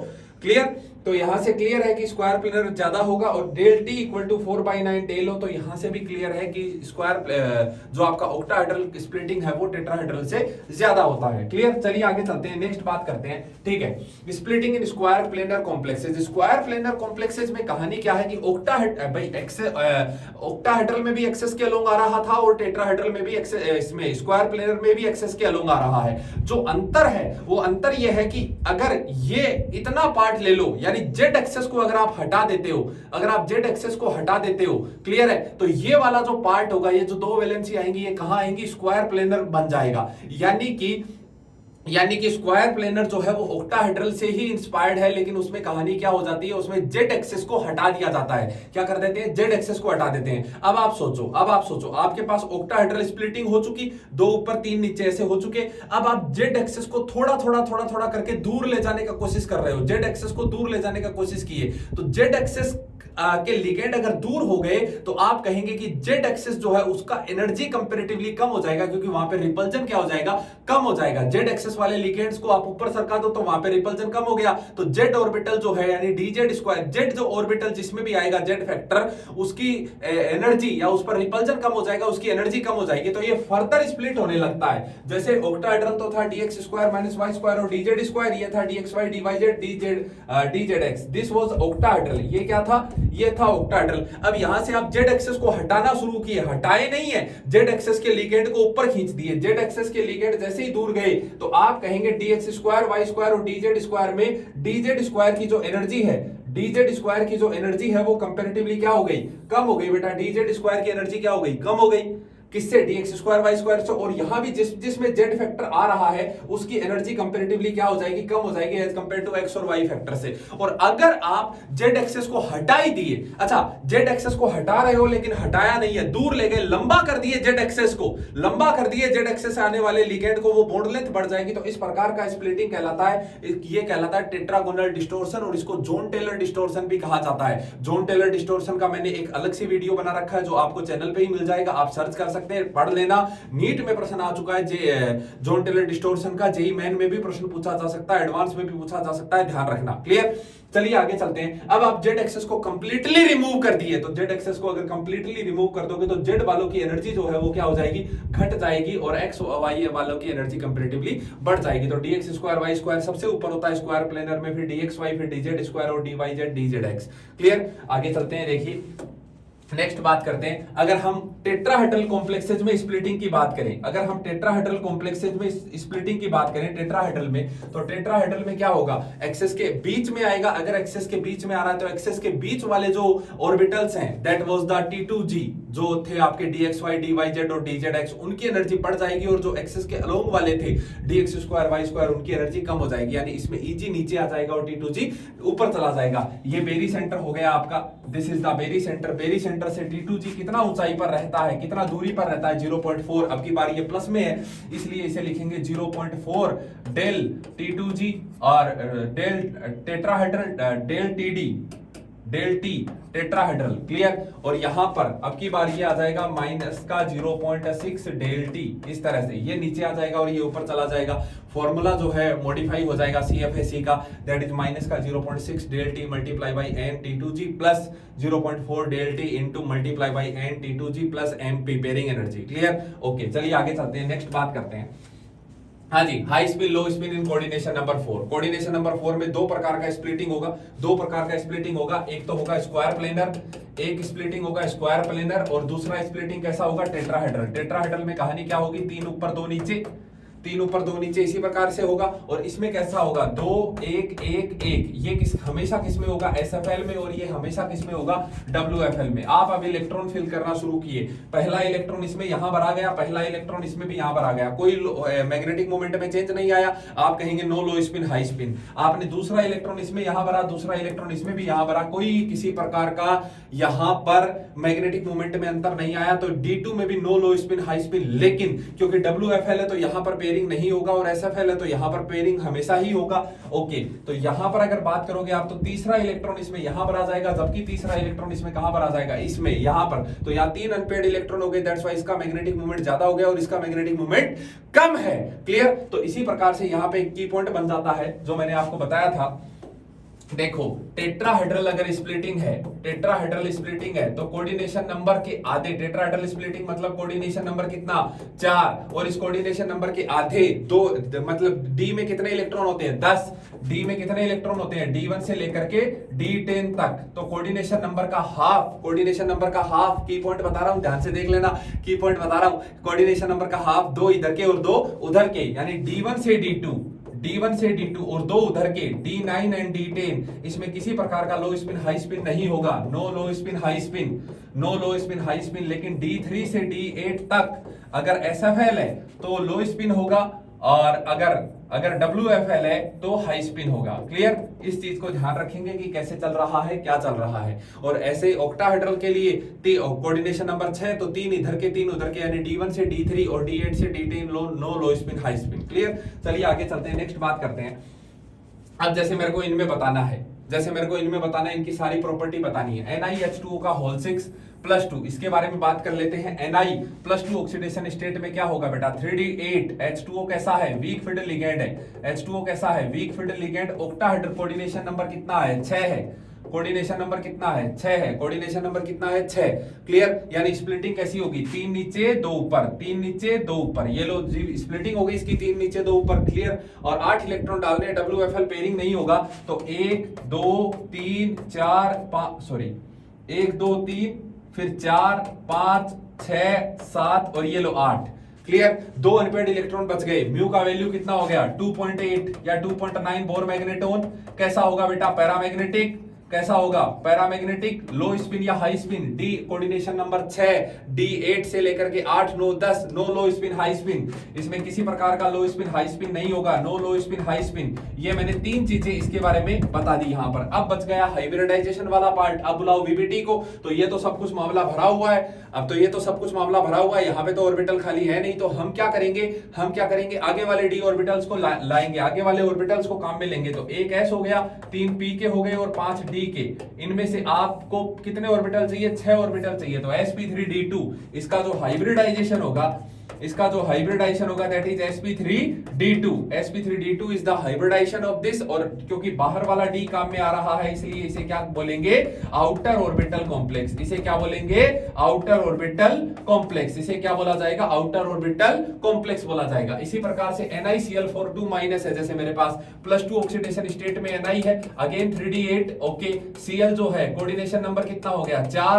Cl जो है वो कैसा है WFL। अगर Cl WFL है दैट मींस कैसा स्प्लिटिंग होगा टेट्राहेड्रल स्प्लिटिंग। टेट्राहेड्रल स्प्लिटिंग का पैटर्न क्या है 3 ऊपर 2 नीचे, 3 ऊपर 2 नीचे। क्लियर। नो पेयरिंग, किसी प्रकार का पेयरिंग नहीं होगा। 8 इलेक्ट्रॉन डाल दो, 1 2 3 4 5 6 7 8। ये लो 8 इलेक्ट्रॉन डाल दिए। कोई ऑर्बिटल वेकेंट नहीं है, इसलिए आप बोलेंगे, आपसे पूछा जाए कि भाई इसका हाइब्रिडाइजेशन बताओ, तो आप इसका हाइब्रिडाइजेशन क्या बताएंगे। इसका हाइब्रिडाइजेशन आप क्या बताएंगे sp3। म्यू का वैल्यू कितना हो गया 2.9 बोर मैग्नेटोन। और ये कैसा हो गया बेटा, ये हो गया पैरामैग्नेटिक। ये हो गया कैसा paramagnetic. Okay, hybridization sp3 paramagnetic, low spin high spin होगा क्या। तो मैंने कहा था 2 इधर के d9 से d10 कोई लो स्पिन हाई स्पिन नहीं होगा, लेकिन d8 में तो हाई स्पिन बनेगा बेटा ये। तो ये कैसा कॉम्प्लेक्स होगा this is high spin. Coordination number 4 में d9 d10 लो स्पिन हाई स्पिन नहीं होता, बट d8 तो लो स्पिन। इसमें अगर आपका वीक फिटल लिगेंड है तो ये कैसा होगा हाई स्पिन होगा। क्लियर। और sp3 outer orbital inner orbital, तो d के रेस्पेक्ट में बात करते हैं पैरामैग्नेटिक हो गया, टेट्राहेड्रल कॉम्प्लेक्स है। इसका स्ट्रक्चर कैसा हो गया टेट्राहेड्रल। बस हो गई कहानी खत्म। अब Cn जो है वो SFL है। Cn जो है वो SFL है। अगेन Ni+2 जो है वो कितना है 3d8। कोऑर्डिनेशन नंबर हो गया 4। कोऑर्डिनेशन नंबर हो गया 4। Cn- कैसा है SFL है, तो कैसा स्प्लिटिंग होगा बोलो स्क्वायर प्लेनर स्प्लिटिंग होगा। स्क्वायर प्लेनर स्प्लिटिंग होगा। क्लियर। 2 1 1 1 8 इलेक्ट्रॉन डालने शुरू करो। 1 2 3 4 5 6 7 8। ये लो 8 इलेक्ट्रॉन डाल दिए। क्लियर। 1 d ऑर्बिटल बच गया। हाइब्रिडाइजेशन बोलो इसका, जल्दी बोलो। 1 d और आगे वाले कितने ऑर्बिटल चाहिए 4 ऑर्बिटल खाली चाहिए। 1 d आ गया, आगे वाले 3 और चाहिए, 1 s और 2 p और ले लेगा तो इसका हाइब्रिडाइजेशन हो जाएगा dsp2। क्या हो जाएगा dsp2। ये कैसा होगा बेटा डायामैग्नेटिक। म्यू का वैल्यू 0। हाइब्रिडाइजेशन dsp2 बता दिया। स्ट्रक्चर कैसा हो जाएगा स्क्वायर प्लेनर। स्ट्रक्चर कैसा हो जाएगा स्क्वायर प्लेनर। लो स्पिन की हाई स्पिन आप कहेंगे लो स्पिन हो जाएगा, आप कहेंगे कैसा हो जाएगा लो स्पिन हो जाएगा। क्लियर। चलिए आगे बात करते हैं। नेक्स्ट बात करते हैं वाई CONH3 का whole 6+2 is a good reducing agent. ये मेरे से प्रश्न पूछा गया, देख लेते हैं भाई। CONH3 होल 2+ है, तो CO+2 जो होता है, CO जो +2 में होता है, CO+2 होता है बेटा 3d8। CO+2 कितना होता है 3d8। ठीक है, सॉरी 3d7 होगा ना 3d7। CO+2 होता है निकोजन 8 होता है, निकल 8 होता है, तो ये होगा कोबाल्ट 3d7। क्लियर। NH3 कैसा है SFL है। NH3 कैसा है SFL, ध्यान से देख लेना। NH3 कैसा है SFL। कोऑर्डिनेशन नंबर कितना है 6। यानी स्प्लिटिंग कैसा होगा ऑक्टाहेड्रल स्प्लिटिंग। और ऑक्टाहेड्रल स्प्लिटिंग का पैटर्न क्या है 3 नीचे 2 ऊपर, 3 नीचे 2 ऊपर, 3 नीचे 2 ऊपर। क्लियर। ओके, कितने इलेक्ट्रॉन डालने हैं 7। 1 2 3 4 5 6 और ये लो 7 इलेक्ट्रॉन ऐसे डाल दिए मैंने। 7 इलेक्ट्रॉन ऐसे डाल दिए मैंने। क्लियर। अब देखो यहां पर क्या कहानी होती है। अगर SFL है, पहला कंडीशन क्या होना चाहिए SFL होना चाहिए। दूसरा कंडीशन ओनली एक ही इलेक्ट्रॉन होना चाहिए, ओनली 1 इलेक्ट्रॉन होना चाहिए। SFL होना चाहिए और केवल 1 इलेक्ट्रॉन होना चाहिए। क्लियर। ऊपर वाले ऑर्बिटल्स में तो क्या होता है SFL है तो इसकी CFSE ज्यादा होगी। CFSE ज्यादा होने के कारण इसके बीच में एनर्जी गैप कम होगा, एनर्जी गैप क्या होगा ज्यादा होगा। एनर्जी गैप ज्यादा होने के कारण 3D जो है वो लगभग 4D के आसपास पहुंच जाता है। लगभग 4D के आसपास पहुंच जाएगा। हालांकि 4D का एनर्जी ज्यादा है तो 4D के आसपास पहुंच जाता है। 4d के एनर्जी ज्यादा है, लेकिन फिर भी ऐसा इसमें CFSE ज्यादा होने के कारण ये 4d के आसपास पहुंच जाएगा। एक ही इलेक्ट्रॉन है और इनर ऑर्बिटल कॉम्प्लेक्स बनने की संभावना होनी चाहिए। तीसरी कंडीशन ये है कि इनर ऑर्बिटल कॉम्प्लेक्स बनना चाहिए, बनते हुए आपको दिखना चाहिए। इनर ऑर्बिटल कॉम्प्लेक्स आपको बनते हुए दिखना चाहिए। क्लियर? तो हम क्या करते हैं, इस एक इलेक्ट्रॉन को उठा के यहां से यहां भेज देते हैं हाई एनर्जी में। तो अंदर ये वाले ऑर्बिटल्स जो हैं ये हाइब्रिडाइजेशन करने के लिए एनर्जी रिलीज करेंगे, स्टेबिलिटी बढ़ेगी, ऑब्वियस है।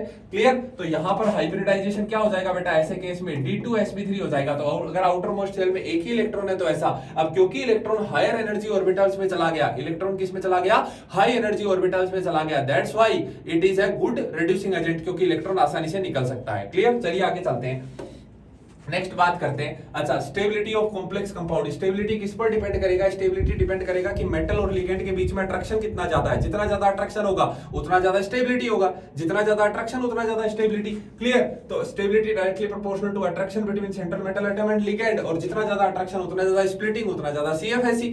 क्लियर? तो आप यहां से लिख दोगे stability of complex directly proportional to CFSE। अब CFSE को प्रभावित करने वाले कौन कौन से फैक्टर हैं, देखो। पहला फैक्टर है नेचर ऑफ लिगेंड। हम जानते हैं कि SFL होगा तो CFSE ज्यादा होगा, जो मतलब SFL जो होता है वो ज्यादा मजबूती से उसके खींच के जाता है अंदर, इसलिए। उसके बाद charge on central metal atom, जितना ज्यादा सेंट्रल मेटल एटम के भी ऊपर चार्ज होगा, पॉजिटिव चार्ज होगा, उतना ज्यादा वो क्या करेगा, लिगेंड को अपनी तरफ बुलाएगा, क्योंकि इलेक्ट्रोस्टैटिक फोर्स ऑफ अट्रैक्शन तो वही। तो बताओ अब K3Fe6 ज्यादा स्टेबल होगा या K4Fe6 ज्यादा स्टेबल होगा? आप कहेंगे K3Fe6 में Fe पर ऑक्सीडेशन स्टेट कितना है, +3, और K4Fe6 में Fe पर ऑक्सीडेशन स्टेट कितना है, +2। जितना ज्यादा सेंट्रल मेटल एटम पर चार्ज होगा उतना ज्यादा स्टेबिलिटी होगा। Clear? Charge on central metal atom. फिर Z effective of cation. Z effective of cation मतलब 3D सीरीज, 4D सीरीज और 5D सीरीज। ध्यान रखिएगा, ये जो SFL WFL का कॉन्सेप्ट है ये केवल और केवल 3D सीरीज के लिए एप्लीकेबल है। 4D 5D सीरीज के लिए, क्योंकि हम जानते हैं वो lanthanoid actinoid contraction and all वो सब लग जाता है, f ऑर्बिटल आने लगता है, न्यूक्लियस की पावर बढ़ गई, इलेक्ट्रॉन चले गए, और d ऑर्बिटल, f ऑर्बिटल की शील्डिंग पावर कम है, तो न्यूक्लियस की ताकत बहुत ज्यादा हो जाती है 4D और 5D सीरीज में। तो लिगेंड WFL भी है तो कोई फर्क नहीं पड़ता, क्योंकि अब ताकत आ चुकी है किसमें, सेंट्रल मेटल एटम में। तो सेंट्रल मेटल एटम क्या करेगा, WFL हो चाहे SFL हो, उसको खींच के अपनी पास बुलाएगा, मजबूती से अपनी तरफ बुलाएगा। तो चाहे SFL हो चाहे WFL हो, वो भाग के आएगा, और भाग के आएगा तो स्प्लिटिंग हमेशा कैसी होगी, SFL की तरह होगी। ध्यान रखिएगा, यानी WFL SFL वाली जो सीरीज है वो केवल और केवल 3D सीरीज के लिए एप्लीकेबल है। 4D 5D ये सब सीरीज हो आगे नीचे वाली, तो इनमें सारे के सारे किस तरह से बिहेव करेंगे, SFL की तरह बिहेव करेंगे। क्लियर? नंबर ऑफ लिगेंड ये तो हम जानते ही हैं कि कोऑर्डिनेशन नंबर 4 में यानी स्क्वायर प्लेनर में सबसे ज्यादा CFSE होती है, फिर उसके बाद ऑक्टाहेड्रल, फिर उसके बाद टेट्राहेड्रल। चलिए एक एक को आप आगे समझते हैं, क्या देखते हैं, क्या हम यहां से आगे बात करते हैं कि कैसे है क्या है। देखो, पहला arrange in order of stability, ठीक है। तो सेंट्रल एटम सेम है, यानी सीरीज जेड इफेक्टिव वाला चक्कर नहीं है, जेड इफेक्टिव वाला चक्कर नहीं है, और नंबर ऑफ लिगेंड भी सेम है, यानी वो वाला चक्कर भी नहीं है। नंबर ऑफ लिगेंड भी सेम है, देखो नंबर ऑफ लिगेंड भी सेम है, जेड इफेक्टिव यानी डिफरेंट सीरीज का भी नहीं है। Charge on central metal atom और नेचर ऑफ लिगेंड। चार्ज की अगर आप बात करोगे, अगर आप चार्ज की बात करेंगे तो चार्ज यहां भी +3, यहां भी +3 और यहां भी +3 चार्ज भी है, तो लिगेंड की नेचर पर डिपेंड करेगा। मैंने बताया था आपको NH3 pyridine डाइपिरिडिन बीच में फंस गया, इन NO2 CnCO, यानी ये हो गया नेचर ऑफ लिगेंड। ये ज्यादा स्ट्रॉन्ग फील्ड है, ज्यादा CFSE होगा, इसलिए स्टेबिलिटी का ऑर्डर ये आ जाएगा। चलिए आगे बात करते हैं नेक्स्ट। हाँ जी, मेरे से अब स्टेबिलिटी पूछी गई है, FeCN का होल 6, FeCN का होल 6। क्लियर? यहाँ पे लिगेंड भी सेम है, सेंट्रल एटम भी सेम है, लिगेंड सेम है, सेंट्रल एटम सेम है। क्लियर? तो यहां से जो फैक्टर लगने वाला है, that is the charge on central metal atom. कौन सा फैक्टर लगने वाला है, चार्ज ऑन सेंट्रल एटम। यहां पर कौन सा चार्ज है, +2, यहां पर कौन सा चार्ज है, +3। जितना ज्यादा चार्ज होगा उतने ज्यादा स्टेबिलिटी होगा। याद करो, मैंने कहा था आपको, जब मैं आपको सिडविक रूल पढ़ा रहा था, तो मैंने कहा था हालांकि सिडविक रूल को फॉलो नहीं करता, पर ये स्टेबिलिटी इसकी बहुत ज्यादा होती है। क्लियर? चलिए आगे बात करते हैं नेक्स्ट। हाँ जी, जैसे यहां पूछा गया NiPDPT, तो यहां पर मेरे को दिख रहा है लिगेंड अलग अलग सेम है, सेंट्रल एटम पर चार्ज जो है वो सेम है, कोऑर्डिनेशन नंबर जो है सब में 4 है, लेकिन यहां पर सेंट्रल एटम जो है वो डिफरेंट सीरीज का है। सेंट्रल एटम क्या है, डिफरेंट सीरीज का, तो इसमें कौन सा फैक्टर लगेगा, सेंट्रल एटम डिफरेंट सीरीज वाला। तो ऊपर से नीचे जाओगे तो लिगेंड को अपनी ओर खींचने की ताकत सेंट्रल एटम की जो है वो बढ़ती चली जाएगी। तो पीटी NiPd पीटी की पावर सबसे ज्यादा होगी, दैट्स व्हाई इसकी स्टेबिलिटी जो है वो ज्यादा होगी, इसकी स्टेबिलिटी कम होगी। चलिए आगे बात करते हैं। हाँ जी, अब उसके बाद number of ligand, coordination number 4 SFL, coordination number 6। तो हम SFL जानते हैं, तो हमें क्या पता चलेगा कि इसमें स्क्वायर प्लेनर स्प्लिटिंग है, इसमें ऑक्टाहेड्रल स्प्लिटिंग है, दैट्स व्हाई इसकी स्टेबिलिटी ज्यादा होगी। यहां पर Cl जो है वो WFL है, ये भी WFL है। यहां टेट्राहेड्रल स्प्लिटिंग कोऑर्डिनेशन नंबर 4 के साथ, यहां ऑक्टाहेड्रल स्प्लिटिंग कोऑर्डिनेशन नंबर 6 के साथ। टेट्राहेड्रल और ऑक्टाहेड्रल में ऑक्टाहेड्रल की स्प्लिटिंग ज्यादा होती है, उसकी CFSE ज्यादा होती है, इसलिए उसकी स्टेबिलिटी ज्यादा होगी। क्लियर? चलिए आगे बात करते हैं नेक्स्ट। उसके बाद आता है chelation. Chelation always provides stability. अब ऐसा क्यों? ऐसा क्यों? मैंने कहा था आगे बताएंगे। थर्मोडायनामिक फैक्टर है, देखो यहां पर कितने मॉलिक्यूल हैं, 1 और 3 4 हैं। यहां पर कितने मॉलिक्यूल हैं, 1 और 6 7 मॉलिक्यूल। 4 मॉलिक्यूल से 7 हो गए। बताओ एंट्रोपी बढ़ा कि घटा? आप कहेंगे एंट्रोपी चेंज इज पॉजिटिव, जितने ज्यादा मॉलिक्यूल उतना ज्यादा एंट्रोपी। अगर डेल्टा एस पॉजिटिव है तो ये वाला फैक्टर नेगेटिव आएगा, ये वाला फैक्टर नेगेटिव, तो डेल्टा जी कैसा आएगा? नेगेटिव। डेल्टा जी नेगेटिव मतलब स्पॉन्टेनियस प्रोसेस। तो क्योंकि डेल्टा एस पॉजिटिव होता है, डेल्टा एस पॉजिटिव, इसलिए delta G negative, that's why chelation always provides stability. Chelation always provides stability, thermodynamics factor है। ठीक है, चलिए आगे चलते हैं, नेक्स्ट बात करते हैं। उसके बाद है कलर इन कॉम्प्लेक्स कंपाउंड। तो आपको ये कहा गया कि भाई ऑरेंज, ग्रीन और रेड 3 कलर है, आप असाइन कीजिए कौन से का क्या कलर है। तो आप ऐसे नहीं बता पाएंगे कलर कैसे बता पाएंगे उसको देखो। पहले आपको ये व्हील बना लेना होगा, ऐसा व्हील बना लेना है ना। आप इस तरह से कलर बताएंगे, आप इस तरह से कलर बताएंगे विबग्योर, आप इस तरह से कलर बताएंगे, है ना, विबग्योर। तो आप पहले ऑब्जर्व्ड जो कलर होता है, ये ऑब्जर्व्ड कलर है बेटा, असाइन ऑब्जर्व्ड कलर, ये ऑब्जर्व्ड है। और हमेशा जो होता है वो कॉम्प्लीमेंट्री कलर दिखता है, जो ऑब्जर्व किया है उसका कॉम्प्लीमेंट्री ऑब्जर्व्ड होता है। तो हमें ऑब्जर्व वेवलेंथ निकालनी पड़ेगी, ऑब्जर्व वेवलेंथ निकालनी पड़ेगी, ऑब्जर्व वेवलेंथ देखनी पड़ेगी। ठीक है, तो पहला ले लेता हूं मैं ऑरेंज, दूसरा ले लेता हूं मैं ग्रीन, और तीसरा ले लेता हूं मैं रेड। ऑरेंज का कॉम्प्लीमेंट्री कौन है? ब्लू। तो अब्जॉर्ब जो होगा वो कैसा होगा? यहां पर ब्लू। ओके, ग्रीन का कौन सा है? रेड। और रेड का कौन सा है? ग्रीन। ये हो गए अब्जॉर्ब। क्लियर? अब अब्जॉर्ब का जो होता है कहानी, अब्जॉर्ब की जो कहानी होती है वो हम जानते हैं विबग्योर, इस तरह से विबग्योर। तो इधर से इधर जाते हो तो एनर्जी जो है वो घटता है, एनर्जी जो है वो घटता है। इनको अगर एनर्जी के ऑर्डर में लिखना है मुझे, तो ब्लू की एनर्जी सबसे ज्यादा होगी। इनको एनर्जी के फॉर्म में लिखो, ब्लू की एनर्जी सबसे ज्यादा होगी, फिर उसके बाद ग्रीन की एनर्जी होगी, फिर उसके बाद रेड की एनर्जी होगी, उसके बाद रेड की एनर्जी होगी। तो यहां पर CFSE जिसकी सबसे ज्यादा होगी उसने ब्लू अब्सॉर्ब करी होगी, जिसकी सेकंड नंबर पर होगी उसने ग्रीन अब्सॉर्ब करी होगी, और जिसकी थर्ड नंबर पे होगी उसने रेड अब्सॉर्ब करी होगी। यहां पर अब्सॉर्ब लिख देते हैं अब, क्योंकि ये चिलेशन है, SFL है, ये WFL है, ये भी WFL है। Halide ligands are very weak field ligand होते हैं ये। तो सबसे कम एनर्जी किसने अब्सॉर्ब करी होगी? इलेक्ट्रॉन के ट्रांजिशन में, डी ट्रांजिशन से कारण इलेक्ट्रॉन होता है, कलर होता है, इलेक्ट्रॉन एनर्जी अब्सॉर्ब करके ऊपर जाता है, फिर नीचे आता है तो वेवलेंथ एमिट करता है। ठीक है, उसके कारण हो रहा है। तो यहाँ CFSE ज्यादा है तो ज्यादा एनर्जी अब्सॉर्ब करके जाएगा। तो अब्सॉर्ब कलर जो होगा यहां पर इसके लिए हो जाएगा ब्लू, इसके लिए हो गया ब्लू, इसके लिए हो गया ग्रीन, इसके लिए हो गया ग्रीन, और इसके लिए हो गया रेड। ये हो गए अब्सॉर्ब, ये हो गए अब्सॉर्ब। अब आप लिखेंगे observed colour, observed colour. Blue का कौन सा था? ऑरेंज, दैट्स व्हाई ये कैसा दिख रहा होगा? ये मॉलिक्यूल का कलर कैसा होगा? ऑरेंज। उसके बाद ग्रीन का कौन सा था? रेड। ग्रीन का कौन सा था? रेड। तो ये मॉलिक्यूल कैसा दिख रहा होगा? आपको रेड दिख रहा होगा। और रेड का कौन सा था? रेड का कौन सा था? रेड का कौन सा था? ग्रीन। रेड का कौन सा था? ग्रीन। दैट्स व्हाई ये मॉलिक्यूल आपको कैसा दिख रहा होगा? ग्रीन कलर का दिख रहा होगा। क्लियर? अब आपको एक आखिरी बात बता देता हूं कोऑर्डिनेशन कंपाउंड्स की, जो मैंने सबसे इंपॉर्टेंट, सबसे लास्ट के लिए बचा करके रखी थी। जब भी कोऑर्डिनेशन का आप सवाल कर रहे हैं, जब भी आप कोऑर्डिनेशन का सवाल कर रहे हैं, मन में एक लाइन जरूर दोहरा लेना, और वो लाइन ये है, मन अमोनिया। वो लाइन ये है, मन अमोनिया को ऑक्जेलेट में नहीं, फ्लोराइड को पानी में फेंक दो, फ्लोराइड को पानी में फेंक दो, अमोनिया पानी में फेंक दो, पानी में फेंक दो अमोनिया, पानी में फेंक दो अमोनिया। क्लियर? क्लियर? आप देखो, मन अमोनिया यानी Mn का अमोनिया के साथ कोई कॉम्प्लेक्स है, Mn का अमोनिया के साथ कोई कॉम्प्लेक्स है, ध्यान देना Mn का अमोनिया के साथ कॉम्प्लेक्स है, Mn देखना, Mn का अमोनिया के साथ कोई कॉम्प्लेक्स है, Mn का अमोनिया के साथ कोई कॉम्प्लेक्स है, Mn NH3 का होल 6, सबका कोऑर्डिनेशन नंबर 6 है।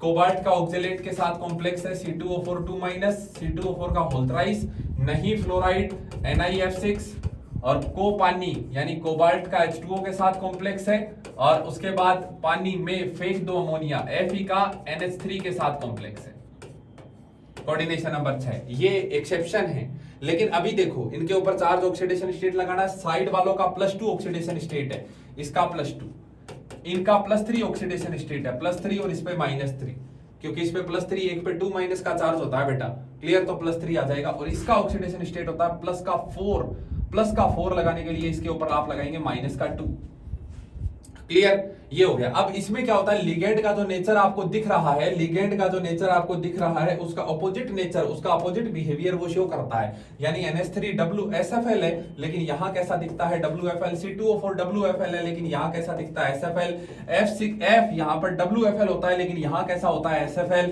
H2O WFL, लेकिन यहां होता है SFL, NH3 SFL, लेकिन यहां कैसा दिखता है WFL दिखता है, क्लियर है। तो इस प्रकार से ध्यान रखिएगा, ये आपका कोऑर्डिनेशन केमिस्ट्री 1 शॉट यहीं पर खत्म होता है। मैंने अपनी तरफ से पूरी कोशिश की कि आपको ज्यादा से ज्यादा जानकारी दे सकूं, ज्यादा से ज्यादा चीजें आपको एक्सप्लेन कर सकूं। आपने भी पूरे धैर्य से मुझे सुना होगा, आप अपना मॉड्यूल सोल्व करेंगे, आप जो भी अपने नोट्स पढ़ेंगे तो आपको एकदम से समझ में आ जाएंगी चीजें।